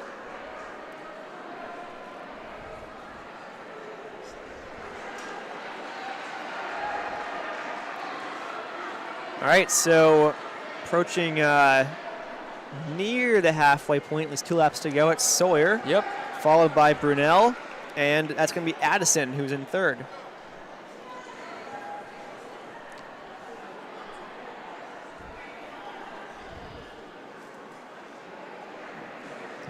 So now they head onto the back stretch. And they're coming up towards the bell. It's still Sawyer, but Addison's now right behind him. Maybe a little sit and kick here. Coming up on 1 to go, bell lap. Yep, Sawyer's still in command. It's our top 2 seeds. Actually, we're going pretty much in order right now with Foster in third and Blanchett in fourth. And now here's the move. Addison moves by him. So you make the move where the camera is. Yeah. That's what you got to do. And Sawyer's not gone away yet. Let's see what he can do on the home stretch. Here's the kick. Look at the outside. Wow. Oh, it may have been Foster who came out of nowhere. Foster, I think, just comes in second. I don't think he was. No, he got it. He won 0.04 seconds. Wow. Awesome. What a finish. Foster 152.06. Addison 152.10. Sawyer 152.51. Blanchett 155.25. Foster 203.96. Brunel 204.52. Sodak 205.41. And Green 207.50. Going on to the second and final heat. That was a great finish. Yeah. So we've got top seed with a 128.20 running that last week at USM Berdessia. Oh, he's Dover. Awesome. Mello's in this race. Yep. Great. Mello's here. Hughes of St. Thomas. Thurston of Kingswood. LaRose of St. Thomas. Sweat of Pinkerton. Gifford of Pinkerton. And Lane of Pinkerton. I expect Mello. Oh, he's actually going to be in second, so that's going to be a good start right here. I don't know who that is in front. That's one of the Pinkerton boys, Sweat or Gifford. That is going to be Gifford. So he's going to go out pretty quick. I'd imagine Mello's going to just sit and kick here. I don't know why you're sitting. I mean, if his seat time is 1:30, I guess if it's fast enough and you're not too worried. Yeah, I'll be honest. It's running 600. If you're running sub 130 on here is pretty tough. I think Mello's a guy who can be a state champion this year in a 600 or 1,000, either one. So I would just go to the front, and there he is. Yep, there 2 he laps goes. to Yep, go. he's going to take this. I mean, he's a 155. Yep. 800 runner. Looks like we got Thurston and Kingswood going with him now. And yeah, if you are any of these guys, you just follow Mello and see where he takes you. Yep, there he goes. Thurston's going along with him. I mean, See if they're what going to try to the go last under lap has. 130, they're going to try to do it here. So they got 1 to go. 107. They are. Thurston's looking strong. It's going to be close. Yeah, the race not over yet.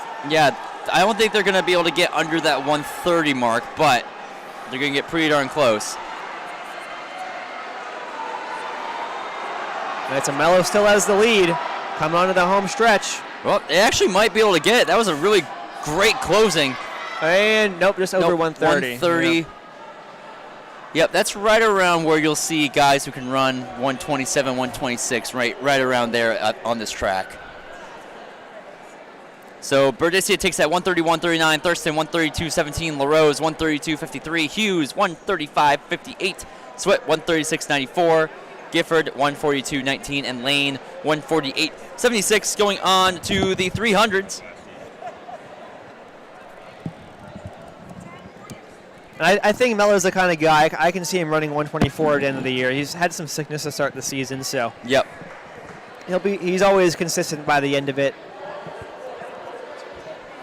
And this, we've got 9 heats of the girls 300. Whoa, that's a lot of heats. Yep, they usually get quite a bit because we got usually just 3 runners in each heat. That's true, yeah. You already announced who's in this heat?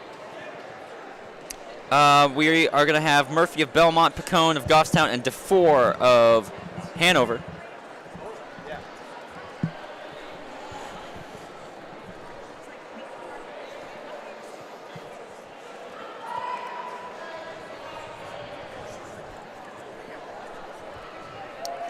Looks like one of the lanes is not taken, so that could be Picone of Goffstown, but don't take my word for it. Well, they do wrap around all the way. Oh, though. Yeah, I was saying. Oh, sorry. Wait, so. Is there? No, I think they go 2, 3, and 4 for the lanes.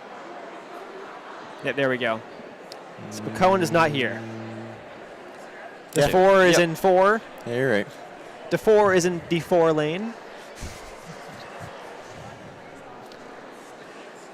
Then Murphy is in lane 2.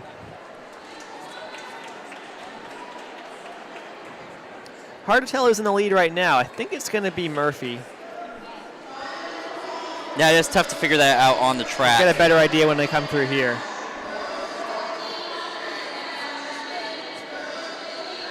Yep, I think it is Murphy. Coming around the last stretch now. Get that nice bank up there. The only one that really takes advantage of the bank there. And it is going to be Murphy to the line. So Murphy comes in at 56.07, DeFore 57.98.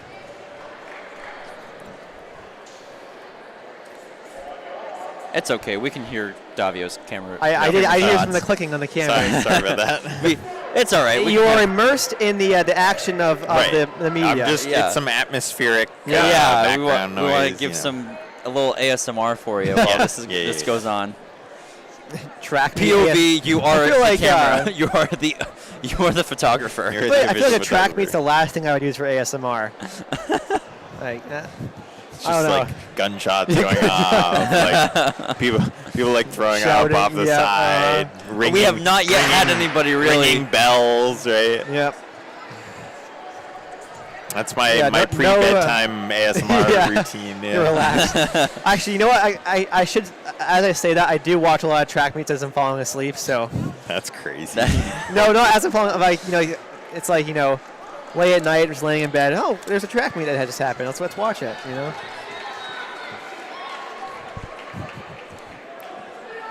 And here we go. So right now is Beck in the lead, I think, or Baker may be making up the stagger. We'll see on this corner. Oh no, it's definitely Beck. She's put on the burners now. She's flying towards the finish. It's going to be around 50 seconds. Nice finish for Tekanchis. 50.44. Tekanchis at 52.24. And Baker at 54.30. Tyler falls asleep to Kara Goucher screaming in his ear. Okay, so I should no. I don't put it on to fall asleep. It's the last thing I do before I fall asleep is watch races. Okay, that's I fair. should have clarified that. Yeah. I thought you were know, just like late at night scrolling on YouTube, you just watch a race video. Yeah, I thought you were like trying to fall No. asleep and you put on race videos. Sometimes I'll put on my my professor's like lecture videos when I try to fall asleep. So if it makes me fall asleep in class, then it probably won't help. Yeah, You know? fair. That's fair. We have Pekalski of Raymond in this one. Marin of Kingswood, Lovering of Kingswood. So a lot of green. Yeah, Can be a But confusing no one. green, but no green wave. it's true.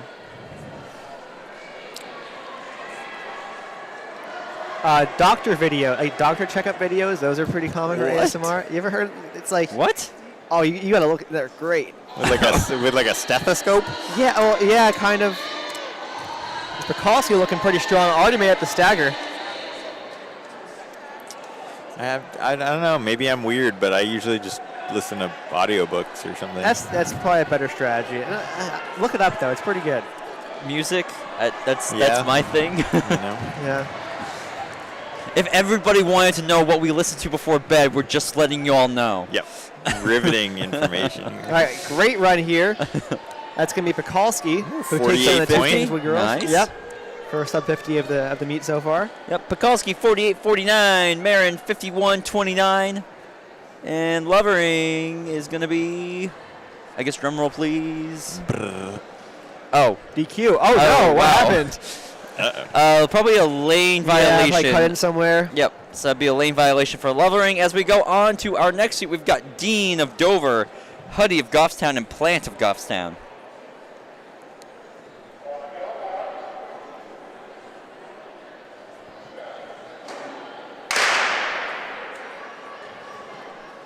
Anybody home, we'd love to hear from you. Give us a comment. We haven't heard from anybody What's your since we've favorite type of ASMR? Yeah. What do you listen to What to go you to sleep? listen to? I mean, okay, I will say I typically have just a fan going. It's like White watch- noise? Yeah, more like watching races, just to kind of settle down at the end of the day, you know. Yeah. That's reasonable. I wonder if anybody goes to sleep listening to us talk. Oh man, that'd be an honor. That'd be kind of funny. And now here they come around the stretch. And then anytime you try to have a conversation with them, they fall asleep. All right, it is going to be Huddy who is going to be rolling away in the lead. 45. Her teammate Plant is going to be behind her with Dean of Dover.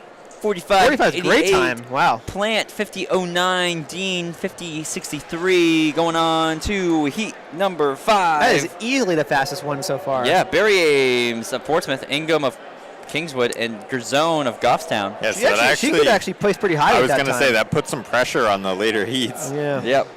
I think only one person or two people are faster in that time. Only 2 in this heat. One of those cameras. Thank you. I was paying attention to the wrong screen. Yeah, I was going to say 3 of them are in here. So that's going to be Gerzone of Goffstown. But Barry Ames is actually, I think, making up the stagger better. We'll see how it actually looks towards the end. Yeah, Barry Ames is definitely running well right now.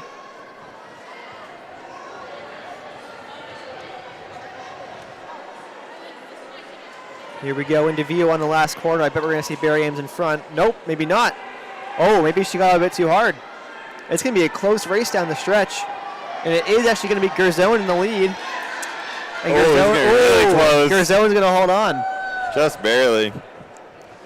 Yeah, Gerzone takes that 49.67. Barry Ames 49.91. And Ingham at 51.02 going on to heat number 6. We've got Shepherd of Dover, Flynn of Portsmouth, and parrot of Portsmouth. We get 2 parrots. From like earlier heats? Yeah, I think so. Could be siblings. That would be a safe assumption. Unrelated. Unrelated. It'd be pretty cool if you had someone with like not a common last name on your same team. Yeah, true.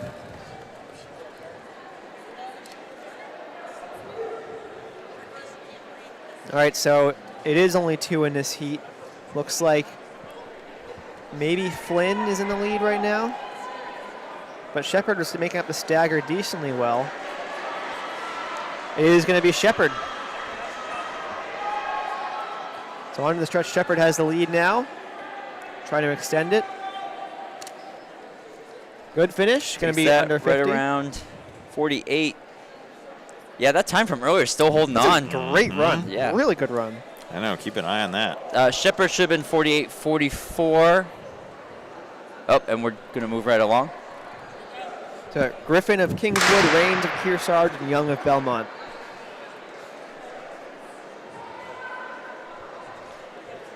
Heat number 7, we've got... Oh, you already said it. Never mind. Yep.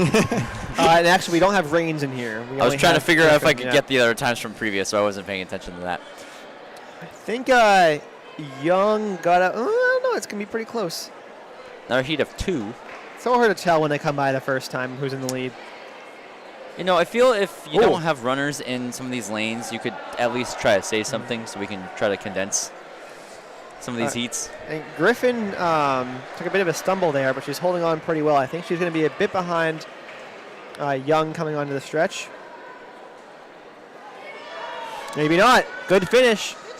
Oh, that's too close to call. Really close. Nice finish. So this one, Griffin will take that one, 48-10. And then Young, 48-21. Going on to heat number 8. Nice. We've got Barry Ames of Portsmouth, Sipple of Pinkerton, and Morrison of Pinkerton. We're getting towards the fastest times of the day now. Yep. That 45 probably will hold up, but you also have Lacasse in this last heat.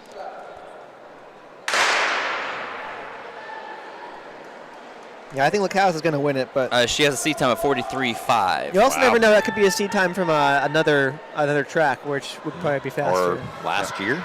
Or last Late year. late Last year. season, you know, Yep. when you're in more championship shape. Sipple looks like she's in the lead right now. Yep, definitely. Morrison looks strong as well.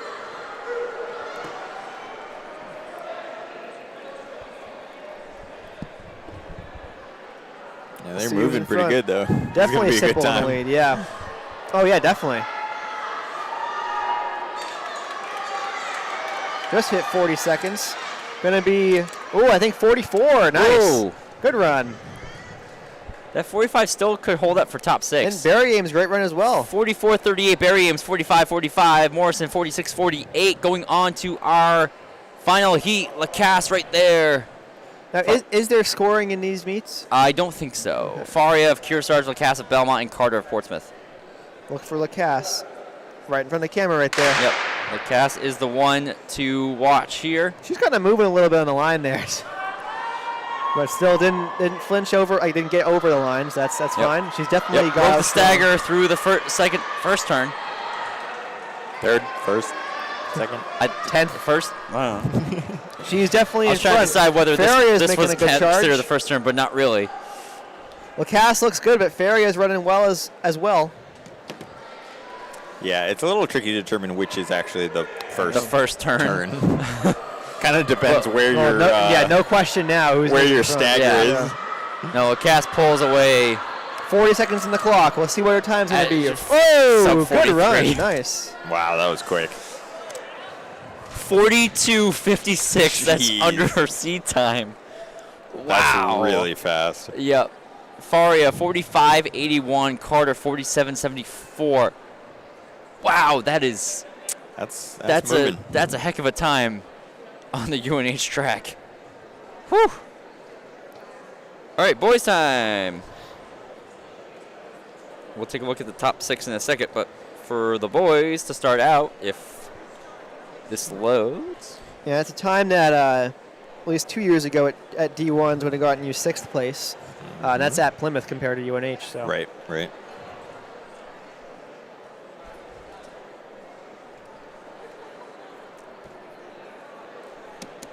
All right, so we're going to have Schnell of Belmont, Costello of St. Thomas, and Kerrigan of St. Thomas in this first heat.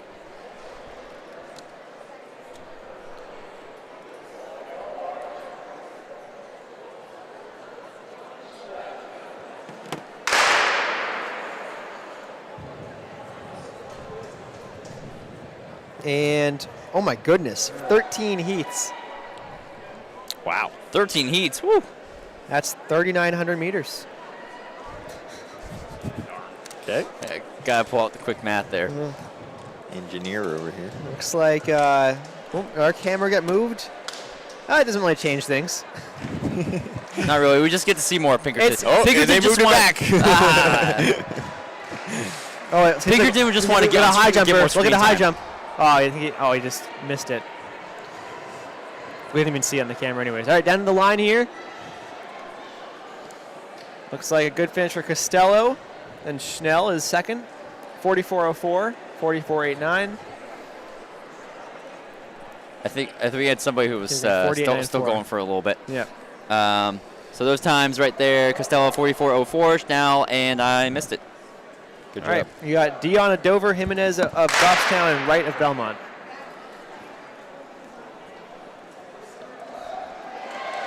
Oh, we got a high jump clearance there. Don't know if we caught that on camera, but No, we did, but we didn't. shame. All right, so far I'm going to say Wright in the outer lane is the one in front. Pretty close heat, I'd say, so far.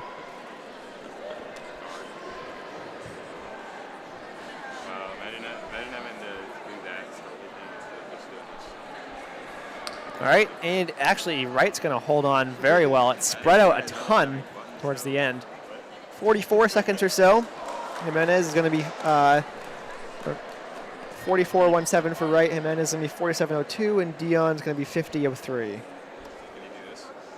Chris said, "Imagine Pinkerton just starts recording your blind spot for you." Yeah, that would be nice, but unfortunately that camera doesn't move very well, so that'd be. Actually, I would love if some of the Pinkerton guys could just like move the camera as it was going. Yeah. It's just one of them just volunteered to be our camera person. In this heat, Mahoney of Belmont, Kadka of Trinity, and McPherson of Belmont. Yeah, if anybody over there is listening, feel Yeah, free to hop on the camera. They know us. They were in Faster. Yeah, they if know. you, Yeah. Oh, Just be a camera guy. We'll give you a T-shirt. We'll give you a T-shirt. Yeah. Oh, That's all I have to offer.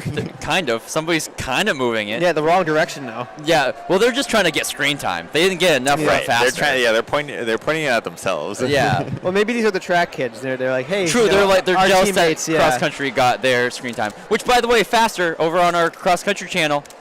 Yeah, I also will say. So I was not involved in the creation of Faster, so I can't. I'm not biased here. I watched it. It was very entertaining. Kodka 43.09, McPherson 44.99, Mahoney 46 flat. Oh, we did get to see that clearance for Pinkerton. There's a battle over there for high jump.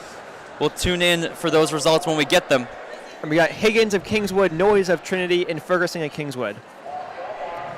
I would say if you haven't watched Faster yet for this season, and my best way to describe it, I think, is like it really brings you into the environment of a high school cross-country team. Like, yeah, I mean, that's kind of like the goal with Faster in general, is just to get a more in-depth feel of some of the teams that you see us cover, because obviously our coverage is very surface level. Whereas the documentary kind of helps get some personality and some behind-the-scenes like training, and because even in like interviews, you can't really, it's a pretty quick thing that you don't really. Right. Yeah, we only get 2 to 3 minutes with some of these athletes. Yeah. And with all the media training they do, with Hanover stacking their 1500, they look so. I see. Oh no! Was it still gonna win? Not quite. Nope. Almost. Brody Ferguson who fought to the line. So Higgins. Not 1944. That would be. There we go. 47.43. 19. 19. World record. Ferguson 47.72, Noyes 48.67. If only that said 19.23. Hey, real quick. Barber of St. Thomas, Welder of Hanover, and Janice of Hanover.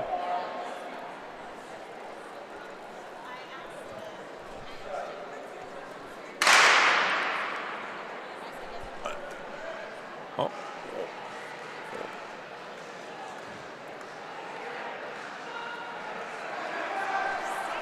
So looks like so far it is not quite sure. I think it's going to be Welder who's in the front. But Barber's also coming up. And we're back. Yep, looks like we just lost it for a second, but I think we're good. Oh, I spoke too soon? Oh no. Well, if you can hear, Barber is in the front, coming down towards the line.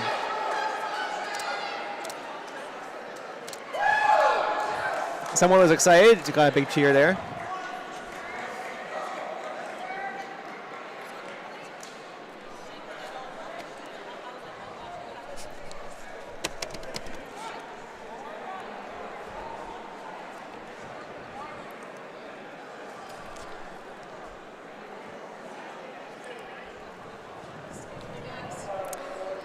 All right, next heat. What do we got?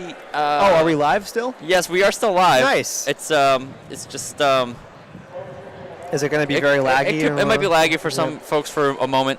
Yeah, well, Tebow of St. Thomas, Tang of Raymond, and Tichy of Portsmouth.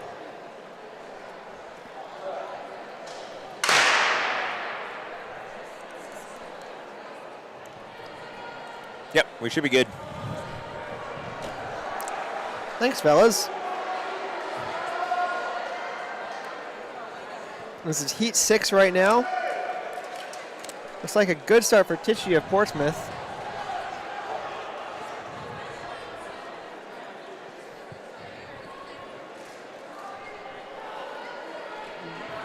We'll see who ends up being in the lead on this turn. Yes, Tichy still has the lead. T-Boat's coming up a little bit. Not far back. Nice finish there. It's going to end up being 42.95, 44.30, and 47.01. On to heat number 7, already given the starting command. We've got Janice of Hanover, Nicole of Kingswood, and Lambert of Raymond. Don't see someone in heat 2, or lane 2, sorry, lane 3, seed 2. I think that's Nicole of Kingswood. Yep. So we got Lambert and Janice who are in this one.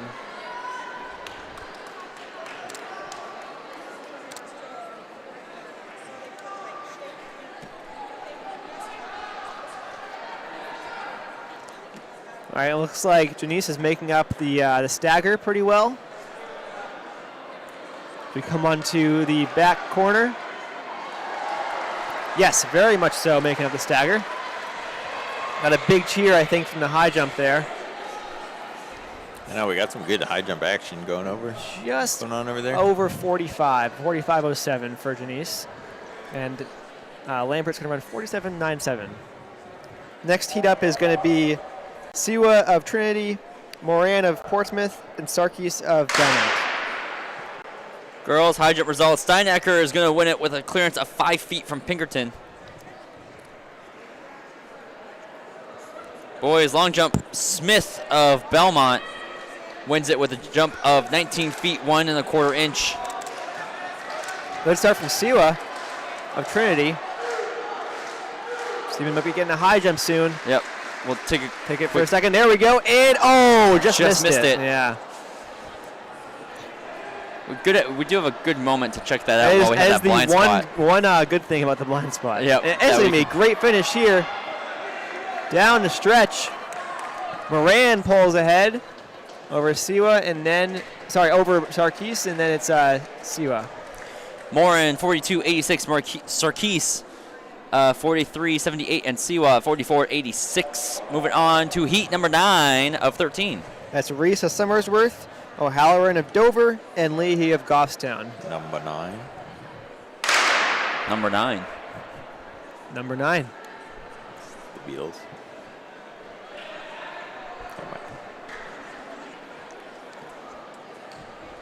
Actually, there's only 2 in this heat, so it looks like Leahy of Goffstown is not in this one. So far, I think they're pretty evenly matched. Maybe O'Halloran a little bit in front. I think so, yep. He's going to have the lead heading into the home stretch, but not by a ton. He is going to hang on, though. Reese will be second. Time is going to be 41.85 for Alex O'Halloran and 42.38 for Zach Reese. Next up, we're going to have Child of Pinkerton, Nishkia of Dover, and Miller of Dover. This is the Dover heat. +1 Pinkerton. If only O'Halloran was in the next one. Oh, we had a almost complete Pinkerton final earlier. Yeah. That was crazy.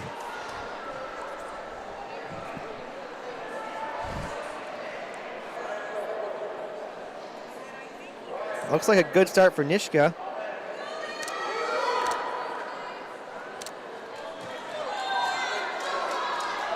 They come around the back, around the high jump. Yep, he's going to have made it the stagger.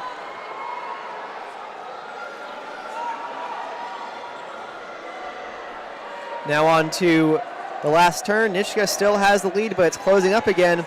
Here comes Miller around the back and Child on the inside. Down the line, Miller is going to come back and take the win. So Nishka had the lead, even with a stagger heading into the last lap, and Miller still came back and won it. Miller 41.62, Nishki 41.81, and Child 42.06. Oh, jump from Merry Christmas. Pinkerton. Yeah, Plass of Pinkerton, Hallen of Portsmouth, and Robichaud of Portsmouth. And Bob's giving out some presents. Yep. Yeah.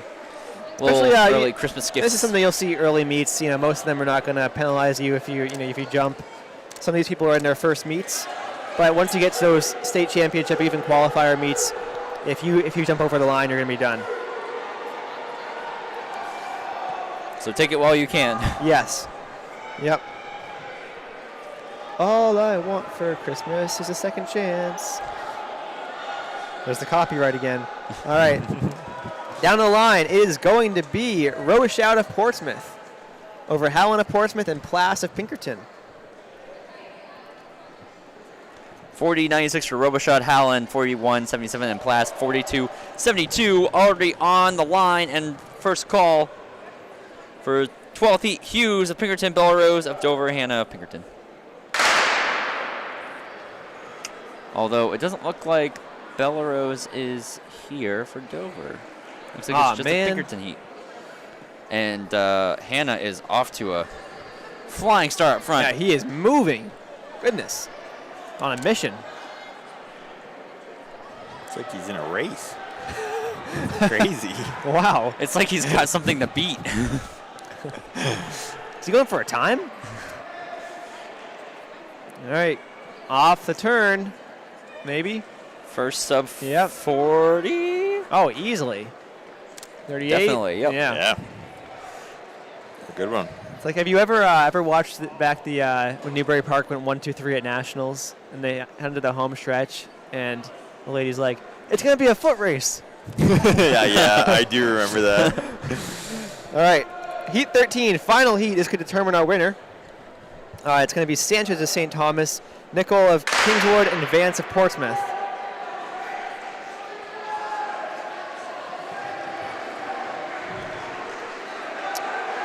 Looks like a great start for Nicol. Nicole? I don't know how to say. Nicole. Yeah. He's made up the stagger. Has he made it up too soon? We'll see. Sanchez is on the inside. We'll see what he does. Coming around the back stretch. Nicol still has the lead. The fight for home. 35 on the clock. He is going to get the best time. Good run there. These guys fighting to get under 40. I think Vance may have gotten under 40. 37.88. Yep. 39.91, just under 40 for Vance, and 40.50 for Sanchez. That rounds out the 300s. On to, I'm going to go ahead and say this is my race of the day. Girls 1500. Yeah, I would probably agree. Weird noise. What was that? Looking at the final results for the girls 300, Lacasse wins at 42.56, Sipple 44.38, Barry Ames 45.45, Faria 45.81, Huddy 45.88. So Huddy did place fifth with that 45.88, and then Morrison 46.48. All right, so heading to the girls 1500, you might see a bunch of names from cross country who are up in the top of the state. Bedard of Pinkerton's top seed, Marzolf of Pinkerton, Deeb of Hanover, Stewart of Hanover, Davis of Kingswood, Bell of Hanover, Fiorenza of Dover, Fuller of Kingswood, and Severald of Hanover. So your 5 of the top 6 are all all-stars from cross country. Yes. Yeah, this is a pretty competitive field. Yeah. Yeah, because you have D, Bell, and Stewart. I'm the one who made the graphics, so I should remember. should know I that. should remember that. No, I believe believe those you're 3. correct, yes. And then Bedard and Marzolf were both D1 All-Stars. Yep. Yeah, Deeb also the winner of the Summer Nights 5K. Yeah. Yes, she was. Took down Lexi Paterna in that race. Yeah, that was a good race. Yeah. That was fun. Who was the winner of the Open 5K men's? I don't remember. I don't think it was that good of a time anyways. So I don't think so. I wouldn't really worry about it. No. Probably some no-name. Who is sitting behind us? Who is sitting behind us right Definitely now. wasn't like 1540. No. And definitely made sure we said this while he doesn't have a mic. Yeah.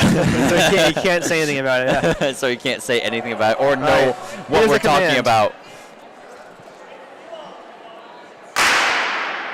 Here we go. Here we go. We have our army of lap counters waiting at the Yep. start-finish Wow, line. that is a lot Army of of them. orange coats.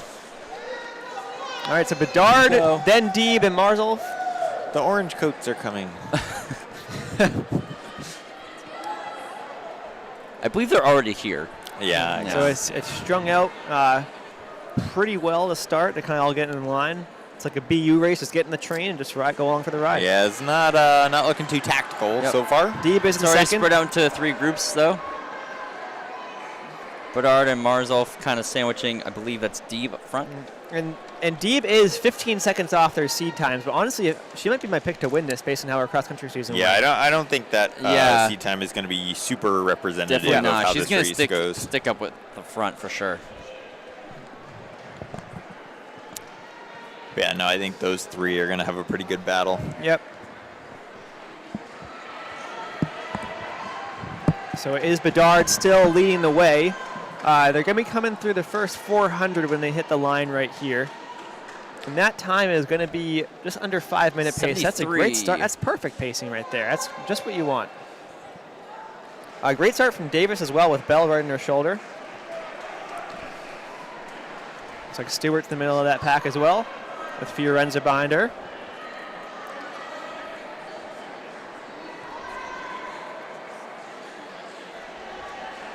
All right, so this top 3 have not changed much. See how the pace looks coming through this next lap. Bedard Right in front. around 146. Marzolf seems like she's kind of struggling to stay on the lead of the race. Bell's now moved into 4th.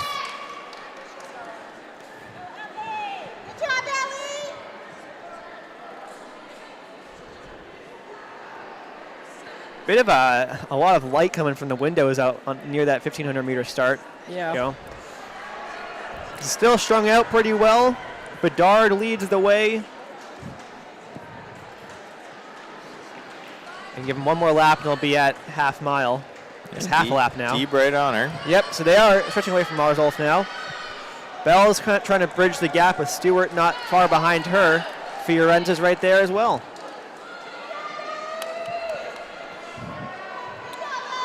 All right, coming through 800 meters, they're going to be, let's see what they come through. 40.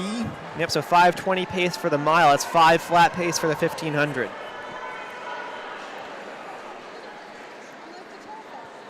And now it's going to be 4 laps to go. Bedard still in the lead. Deeb right behind her. Marzolf now kind of in no man's land. She's got to make sure she doesn't fall back to Bell, who's in 4th place and hunting her down. Yeah, just try to maintain that gap to the front two. And it's actually, between all the runners, there's really, besides our top two, there's no one really who you're running directly against. And coming up on 1,000 meters into a 1,500, these top two look pretty good. Yeah. Well, you'd expect that. I mean, two of the best runners in New Hampshire. Yeah, they both look, as comfortable as you can be. Yeah. So here we go. It's going to be, they're coming up on the 1,200 now. Won't see them for a few more seconds. There we go. Actually running really well. Oh, sorry, that's not 1,200. 1,200 is up here.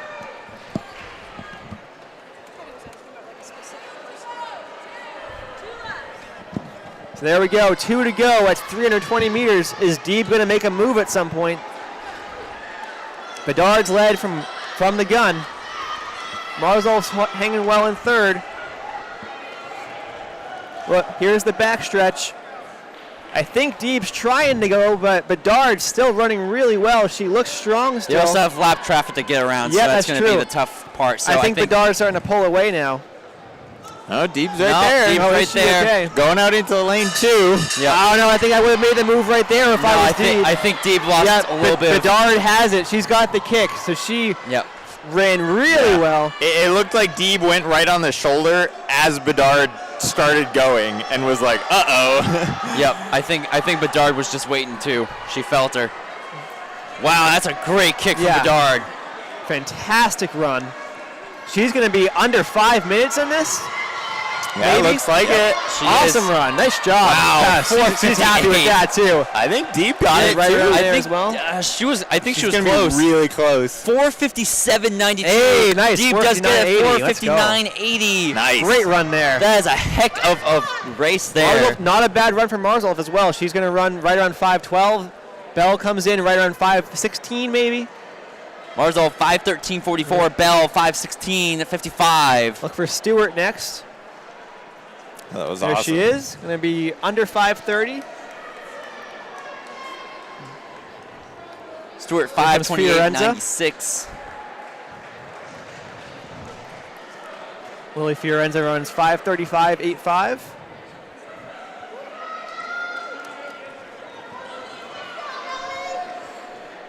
And 5:48. That's going to be Fuller of Kingswood. And Bedard played that perfectly. Oh, man, yeah. Like, she just waited until she felt a little bit of pressure from Deeb and then just took off.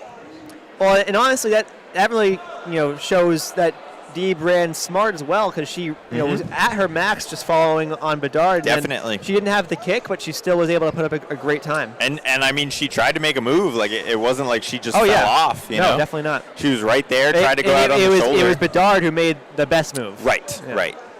That was awesome. All right, run. Now looking over towards our boys' race. 2 heats. 2 heats. We got Morris of Pinkerton, Lundberg of Goffstown, Dubeck of Kingswood, David of Pinkerton, Chavette of Pinkerton, Fall of Pinkerton, and Polis of Pinkerton. So 5 Pinkerton guys in this. Double the heats, double the fun. Who doesn't love a good 1,500? Maybe sprinters. I always say that 1,500 meters is the most exciting event to watch. Is that so? I think so. All right, so here we go. So our top seed for the heat, Tyler Morris, great name, followed by Justin Fowle.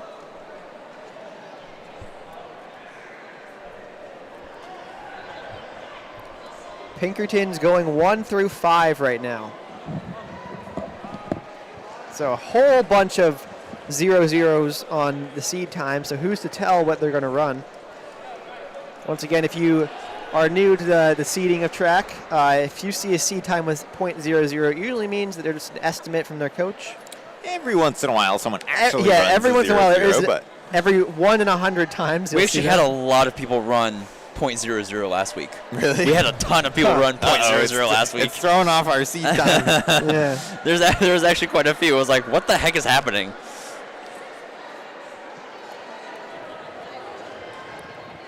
Yeah, especially these early season meets.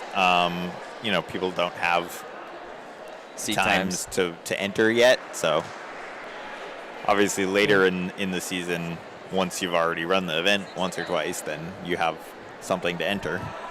So that's Tyler, then Jacob, then Justin, then Owen, I believe.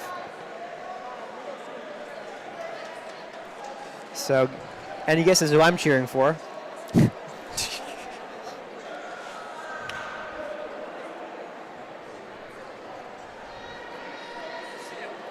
Looks like Jacob David wants to go around Tyler Morris.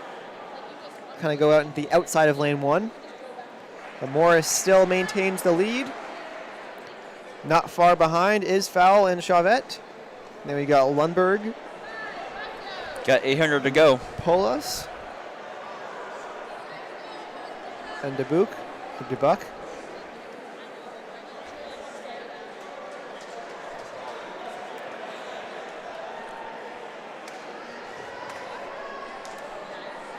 So yeah, they should have half mile to go, or a half mile in right there. So right around 5:30 pace. It actually is going to be faster than their seat time by quite a bit, unless they kind of fall off the pace here. 4 laps to go now. And Morris still has that lead.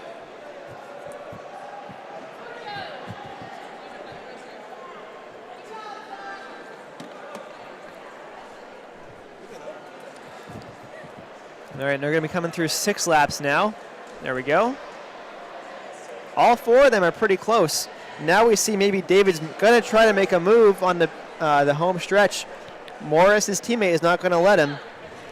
This is always fun when you got 4 teammates all battling to try to win this heat.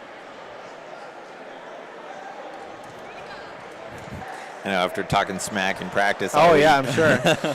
Now's the time to see who actually comes out on top.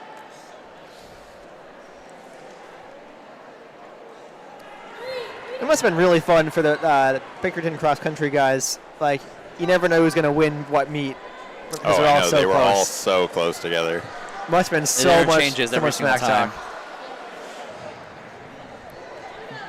Here we go. So Morris still has the lead with 2 laps to go. David's right behind him. And that kind of thing transferred to their JV team too. Like absolutely. It was always like you never knew who was going to be the top of their JV team. Absolutely, either. yeah. I mean, even obviously, I went to a couple of their practices, and it was awesome, like watching their workouts, and it was just like a pack of 8 guys all running a workout. Crazy. Just together, All right, Morris now has a little bit of a gap. We'll see. Sometimes you hear the bell and you just turn on the jets. Looks like Morris is now extending that a little bit. We'll have to see by our next camera angle if he actually was able to keep that lead. And there we go. He is still in front. Got about 40 meters to go onto the stretch. And Tyler Morris, gun to tape. Around 5:08. Jacob David going to be second place. So 5:07.85 for Morris. David's going to run 5:11.18. Great finish there. And that's going to be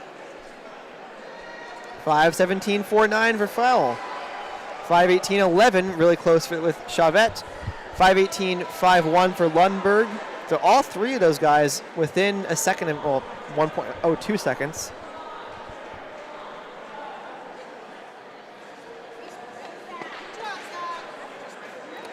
Dubuc of Kingswood is going to be 5:43.83. Looks like a lot of good times compared to the C times we saw, and Polos is seated at 6:10, runs under 6 minutes. I know, I love that when you see, you look at all the seat times coming in and everyone runs 10, 15 seconds faster. So Polos 5:55.49. All right. Second heat, Steele of Kingswood 4:32.63. Shad of Portsmouth 5:57. Andrews of Belmont 5:02.97. These are their seed times, by the way. Roberts of Kingswood, Regazzo of Dover Blanchard of Goffstown, and Perrault of Kearsarge. So Steele is far and away the top seed. That being said, it's early season. You never know who's going to go with him. As of right now, it's everybody.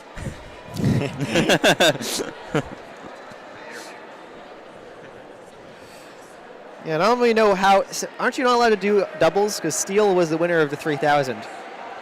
I think. Oh, I just read the league rules recently. I think you're not allowed to double unless you've already qualified. Oh, cool. I like that. I remember that. Yep. I believe that's the rule. I It's do recall that, yes. yes. As long as you've qualified, you're allowed to double.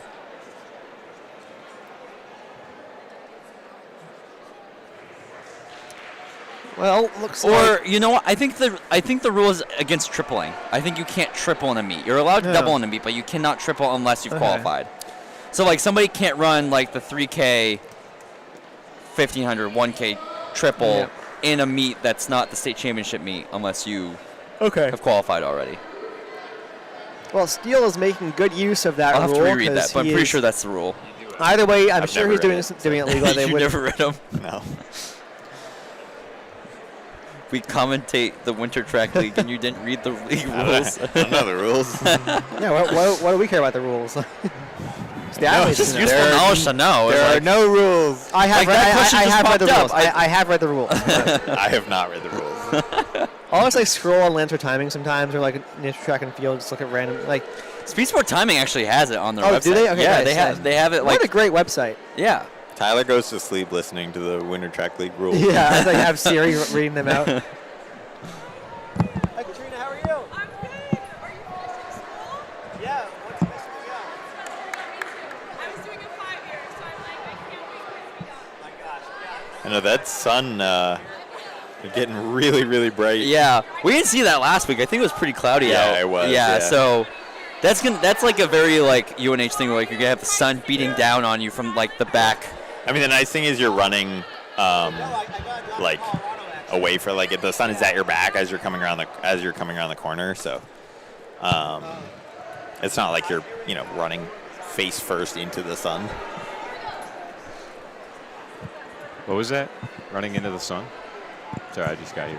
Yeah. there's- Lars was just sneaking around behind us, not hearing a word we're saying, and I know it's funny because he's sitting like 6 inches away and he can't hear us. can't hear a word we're saying. No, we were saying that there's giant Oh, I see that. beams of sunlight coming in, but Interesting. you're running away from it, so I think it's fine. I've unfortunately lost our leader for a minute. Hold on. There he is. Okay. He's lapped so many people. Like I lost track of He's where he too was. fast for He's you. too quick. I know. Well, that's what we were talking about last week. How like on a 160 track, or Yeah. even just on a 200 track, like in indoor in general, like it's so hard to tell who's leading because like everyone gets so mixed up so quickly. Yep. It's not the fact I know who's leading. I just lost You him. couldn't I find just him, right? couldn't find him anymore. I was like, where did he go? He's around here somewhere. I know. I'm like, because we also have a blind spot too. So it's like, is he in the blind spot? Is he?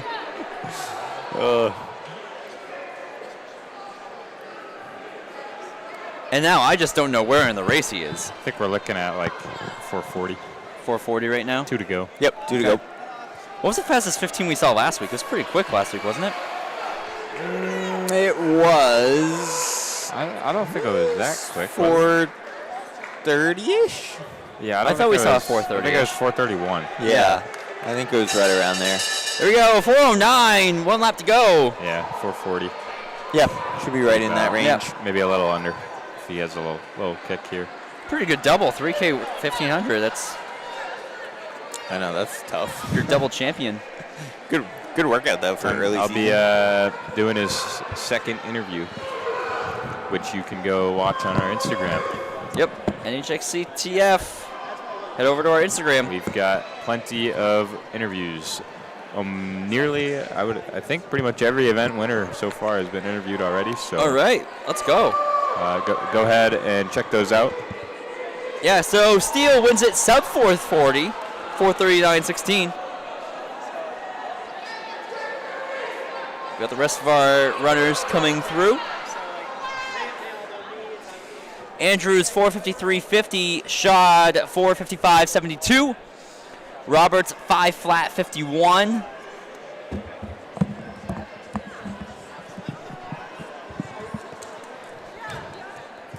So Steele ran sub 440.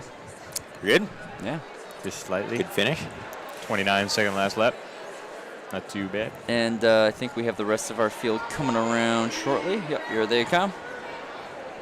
That's what. See, if you just need to tell people that you closed your 1500 in 29 the other day. But leave out that it's And just don't mention it. Just don't mention anything else. Just don't mention it. Yeah. Yeah. Regazzo 5:01.82, Blanchard 5:30.47, and Peralt 5:35.97. And now And we're I on think to the we're on to relays. relays, Yes, we yeah. are.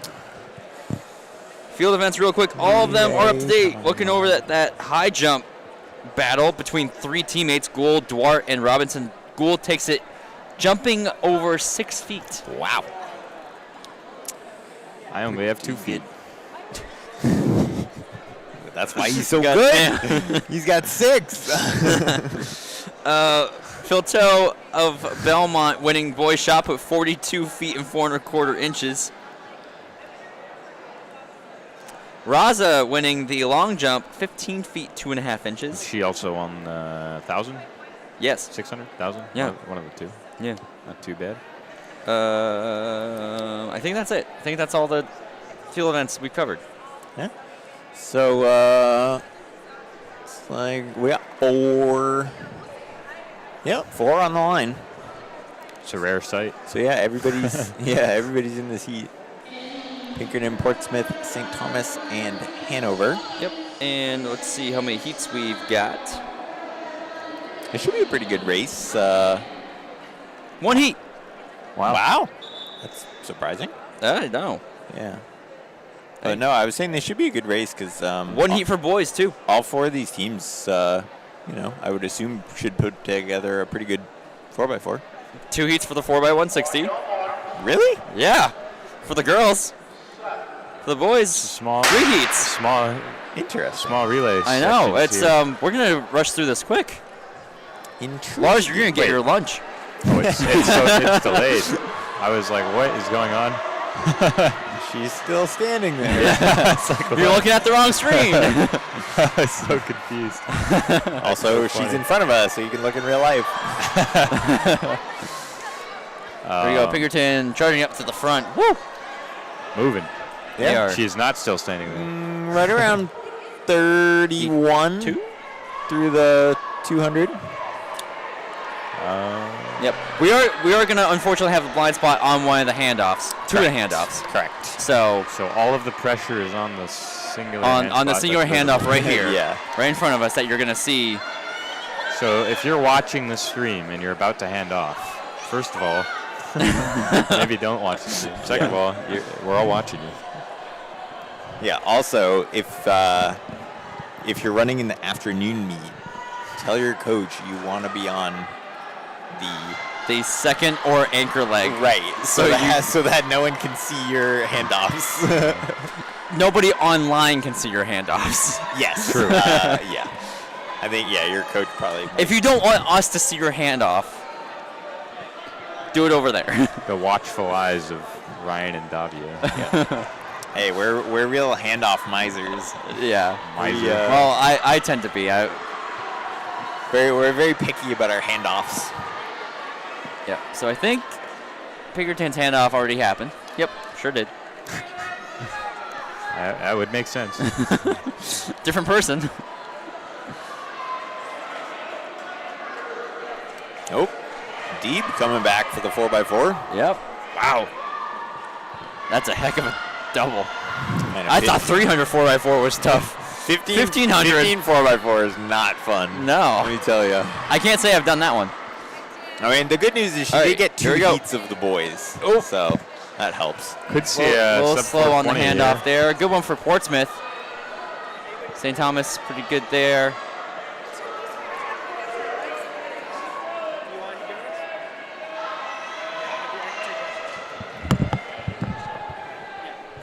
And goodbye, Lars. Hello, Sheedy.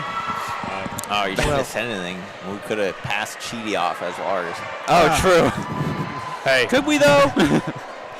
This is Lars. Lars, how did you feel winning that Summer Nights 5K? Well, I hadn't. Oh, that's who won it? Yeah, that's what we were talking about. Yeah. No, I know. Okay, good, That was good. a joke. Tyler was in fact there. Well, it was a lot slower than my PR. Oh, shots fired. And actually, it was a lot slower than Tyler Sheedy's PR. So he did a lot better than I am. I feel like Lars ran pretty well in that race for where he was at. Coming off injury. he did definitely. Because he hadn't really been running for very long. Yep. I think he's running the 5K next week or maybe something shorter next week at New Balance. Fun. A little different from his mountain races that he's been up to. He is trying to run fast indoors this year. So maybe we'll commentate that race. Yeah. I'll be well, I guess I won't be commentating the one I'm in. Oh yeah. No, you won't. Maybe I will be. I'll hook a wireless mic up. We always talk about that. Yeah, Every we single should do time it. we talk Let's do about it. it. That'd be sick. Yeah, like mic'd up.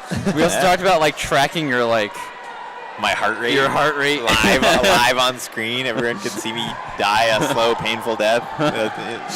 Who's in the lead right now? Is it? It's Pinkerton. I imagine, yeah. Yeah, they're actually about to lap. Maybe. Raz is kind of caught Raz up. is just like it's a bit tough spot she's to kind be of in. stuck Yeah. between two, like behind two. She's got to get around. Yep. She just there goes was- wide and. Yep. Actually, I didn't know that was her last lap because I didn't hear the bell. Yep. Oh yeah. Oh yeah. Is Yeah, there no is there a bell. bell? No bell in the relays. She was No, by they usually herself. do. But anyway, not Hanover. Pinkerton, 420. What? Yep. What? Oh, no. Sorry. If you were paying attention to my screen, that's hence my confusion. Yeah, it's a little mixed Pinkerton. up. Pinkerton should we have been 420.53, and then I don't think anybody. Yep. Okay. We'll get 420.72. Portsmouth 433.9. Hanover 448.74. St. Thomas 450.32. There it is. That race was very much like a distinguished prize. No bell.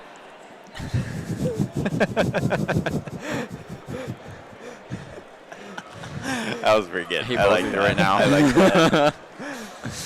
Davio with his 6 feet joke, and then you coming That out was with that Lars. one. What was the Was six? that Lars? What was the That 6 was feet? Lars. Oh, I thought that was you, because like you've been the one coming out with jokes like that. No, I had a good one last week. Yeah, I don't you even did. remember what it was, but Yeah.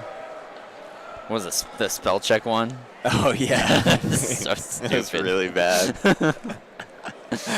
We actually bought it too. We didn't know where that was going. We were like, where is this going? You took it so seriously. Because it was like so out of the blue. It was like, oh, what? All right, here we go. This is our only heat, correct? Only heat for the boys 4x4. Wow, And then we only have 5 heats to the 4x160 combined. very interesting. Yep. 2 for the girls, 3 for the boys. Yeah, so Watch out on the track. People are walking. Never mind. I thought they were. St. Thomas they were gonna be and kinda close. Pinkerton close together right now in the lead. We're going to have a handoff where we can't see it. And I'm sure you saw it in the last race. Yeah, we were making a joke that if you don't want us to see your handoff, do it on the Yeah. second or fourth leg. Yeah. St. Thomas breaking away a little bit through 300-ish. And, All right, so handoff should be coming for the first one. oh, those were both pretty good handoffs. Should have got those on camera. They were pretty smooth. We could just lie and be like, "There's terrible handoffs." Nobody will know. Yeah, I could be lying right now. Yeah. St. Thomas leads over Pinkerton.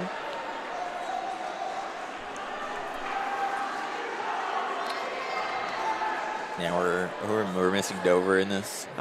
We are. What are we doing, Dover? Wait, is it Belmont in the lead? No, Belmont is not in the Oh, lead. they're It's not St. in the Thomas. lead. Okay, I was St. gonna Thomas say. is leading. St. yeah. Thomas is leading. And then Pinkerton. And then Belmont. Yeah. Which we see on screen fading away right now. And St. Thomas comes into view now. All right, so they're going into. Yep. Great handoff there. Nice handoff for Pinkerton, too. So can the D3 school beat the D1 powerhouse? Or is St. Thomas D2?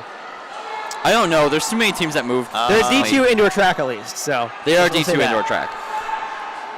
To be the upset of all upsets, and I think it looks like it's about to come to an end. Pinkerton just moves around St. Thomas. I believe St. Thomas is D2. They are I D2, believe they okay. are. At least I guess, yeah, for cross They country. were when I outdoor. raced against them, Okay, at least. yeah. They were also when I raced That was against a them while also. ago, though. I know. I don't know. It was a while ago for me, too, but Shout out Ben Finnegan. shout out Thomas Riley.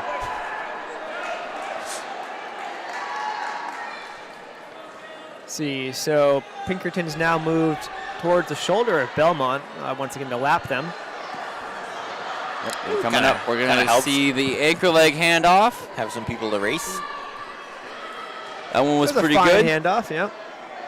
You can see St. Thomas handoff right there. I don't believe About you as guys. good as Pinkerton's was.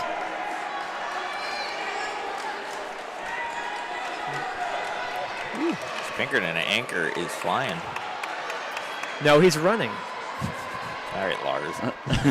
Yeah, that is something that Lars would say. Yeah, that's something Lars should say.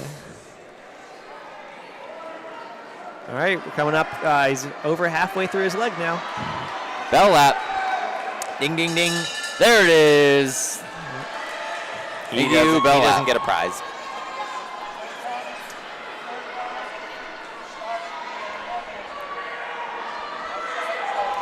Hearing maybe word that St. Thomas could be DQ'd. Oh. Heard St. Thomas third runner started in no man's land. Yeah, According he to Bob. was straddling the triangle Ah, at the handoff. Sub 350 for Pinkerton, 349.93. St. Thomas, I believe, will get. Oh, nope. Belmont has not finished yet. what a great way to phrase outside of the zone, no man's land. Okay. Gotta stay out of no man's land. St. Thomas finished in 354.61.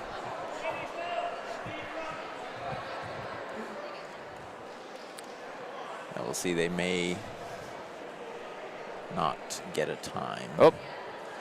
Belmont 422.69, so that means St. Thomas Yeah, did looks get like disqualified. St. Thomas will not have a time. Yep. Yes, they did. Yes. Okay.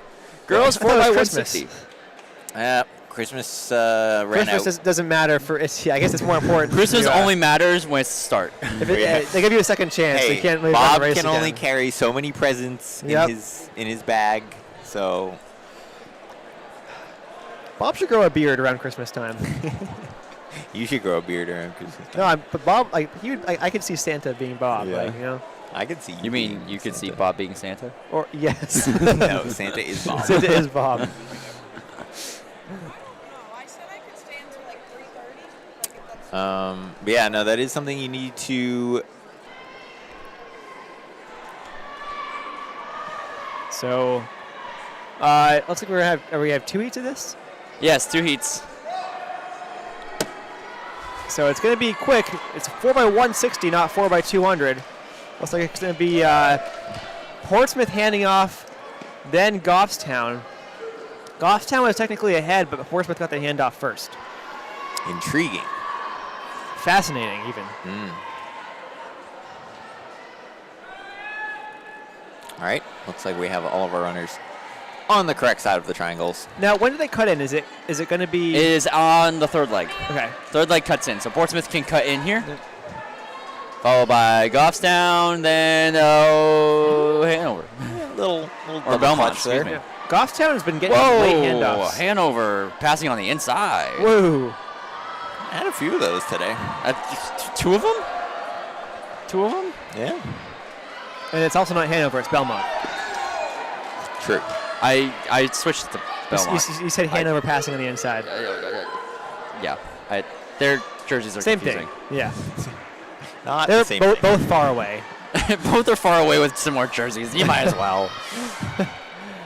One of them was one of the best teams in New England this year. You know? Well, they're not far away if you live in Hanover. It's true. Or in Belmont. So Anyways, Portsmouth 190. 131.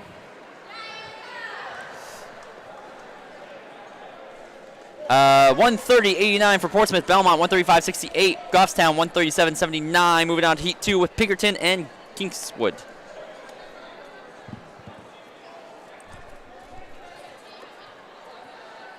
If there's delay, sorry about that. We're back.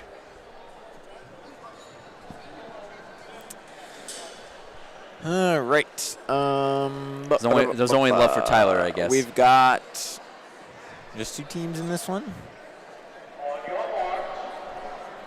Hello.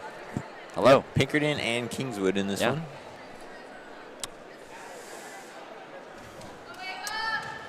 So is this a 1v1 or a 4v4? It's a good question.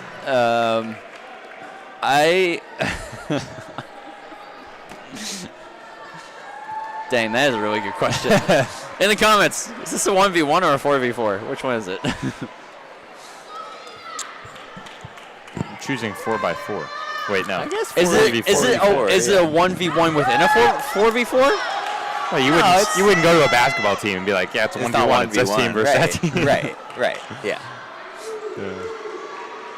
Yeah, no, it's 4v4.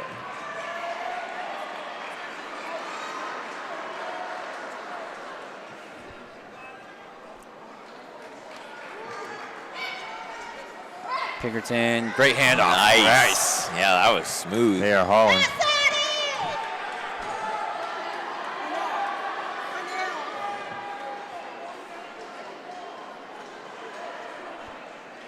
All right, anchor leg handoff coming through.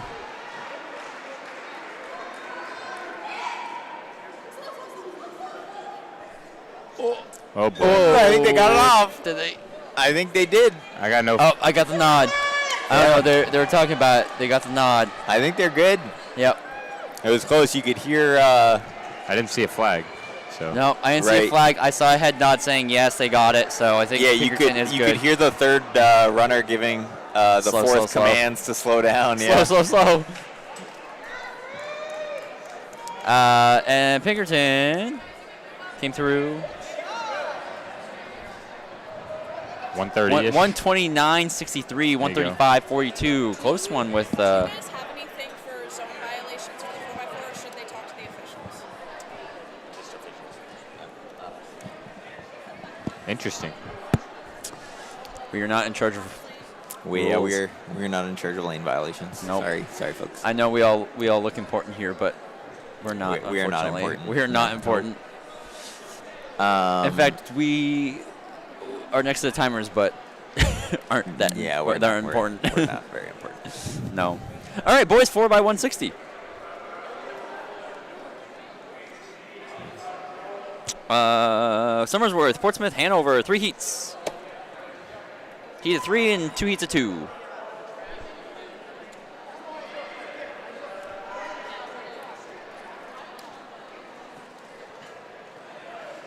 What'd you say? 3 heats? 3 heats. 3 heats. Place. 3 heats?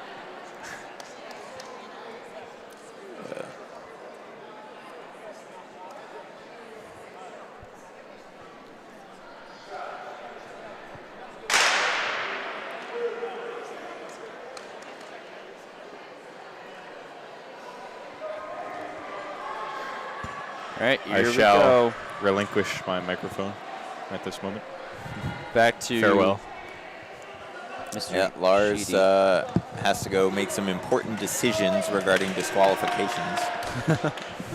Not really.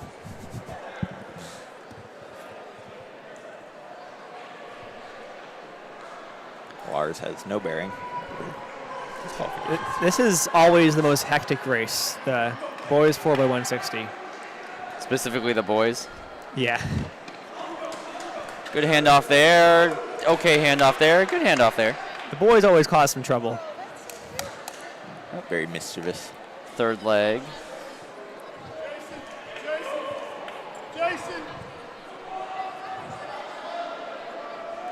Bit of confusion with the handoff placement there. All right.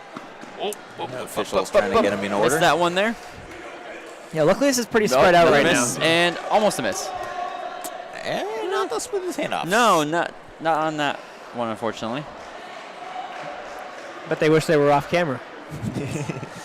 Yeah, they're not off camera for those ones. Yeah, we got all these. We will critique handoffs. 124 for Portsmouth. And then 128 for Hanover. 123.68 for Portsmouth. Hanover 129.02 and Port Somersworth 129.33. On to heat number 2. Raymond and Kingswood. A wave of green without the green wave. I think on the Somersworth team, two runners have the same shoe size, and they swap shoes. Like one of them has the left and one of them has the right for each pair. Yeah, they do have different colors. That's pretty funny. Yeah, they do. It's the exact same ones. That's fun. 2 green schools, Kingswood and Raymond. I remember that was like a huge thing when I was in high school when I guess it must have been like the Victories, but they made the pink and yellow ones.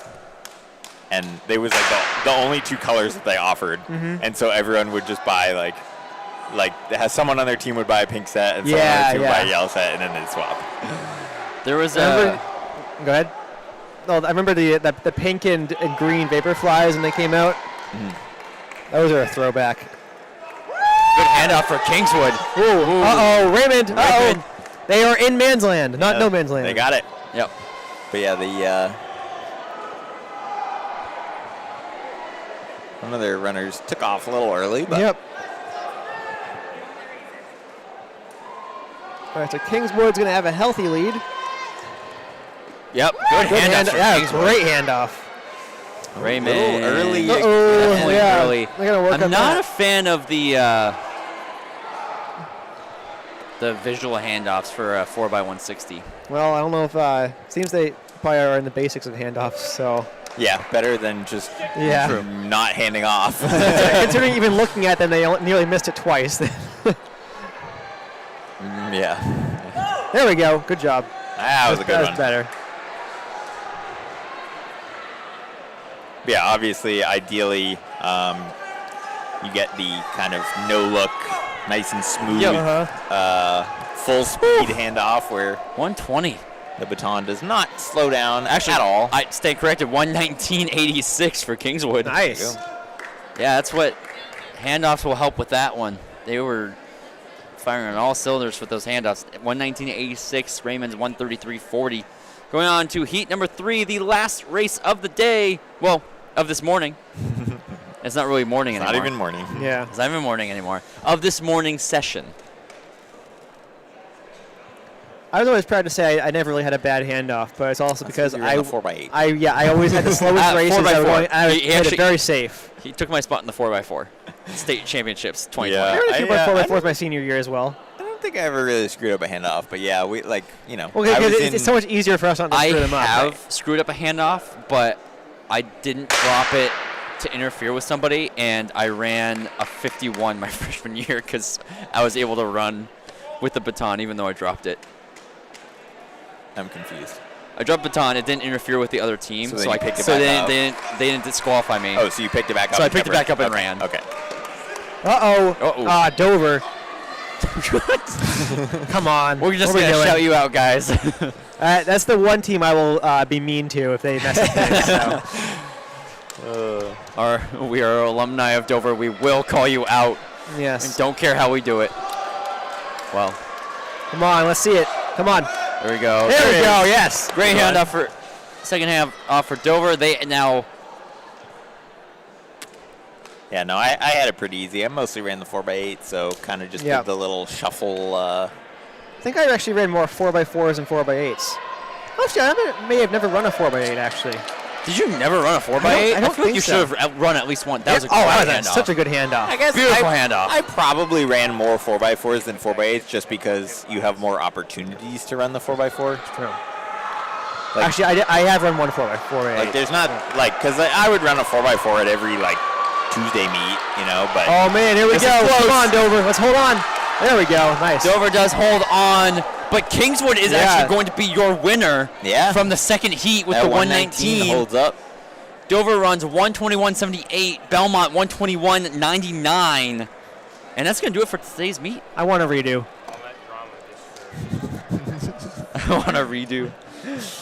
So that's Nice. going to do it for this morning session. We're going to be back in the afternoon at 2:30. Hopefully we'll have a little bit smoother internet connection. Yeah. Yes. Hopefully, cross our fingers. So join us back at 2:30 if you'd like, if you're not watching football. Yeah, I mean, come Well, on. This is a you're- we're, you're- The be watching Packers this instead of already football. played yesterday. yeah, So we're, why do you need to way watch more anything else? entertaining Yeah. than football. Plus, We need our own theme song. like, Tony Romo, Yeah. Oh, come on. Tyler Sheedy, way better. Oh, yeah. Here's a guy who reminds me a lot of Matthew Giardina. I'll tell you what's going to happen on this play. They're going to run 9 laps, and then they're going to finish. I will say this. I actually Calling it now. I called my greatest call ever. We have a few more minutes. I'll brag about myself for a second. Oh, okay. It was I was not on the mic, but I was watching from Ryan, school. you want to cut the stream? Yeah, fair enough. I'll tell you guys later. No, the audience needs to know. Okay, the audience, audience well, I needs guess to they're know. curious now. All right, so We have 12 viewers still. So yeah, those it's 12 viewers must know. it's the 3,000 meter state championship D1 of 2022. Okay, so Okay. it's Giardina is the top seed. Yes. Fortin is the 2 seed. Okay, Yes. and I said I was watching from my dorm. I think at URI. I said, all right, Giardina is going to take the lead of the entire thing. Mm-hmm. Fortin's going to pass him at 600 to go. Okay. But Giardina is going to hang in there and pass him with 200 to go. Giardina wins. They barely break 9. And that's exactly what happened. Did you tell anybody this? I told my parents that Fishy. because they were coming to visit me. And Bias. I can tell you that. Bias. So specific. Why would I lie about that? Who cares? Well, that's going to do it for this morning session. Want to leave you with another thank you to our main sponsor, Marathon Sports. Head on over to their website or visit one of their 28 locations, 3 of them in New Hampshire, Concord, Manchester, and Portsmouth, as well as want to thank our partner of Lever Movement. You can head over to their website, get 15% off purchase on select items using our code NHXCTF. 15% will be contributed to our website to help support these athletes. So again, thank you for joining us. You've been watching New Hampshire Track and Field powered by Marathon Sports here at UNH. We'll be back for the afternoon session at 2:30. Hopefully we'll see you then.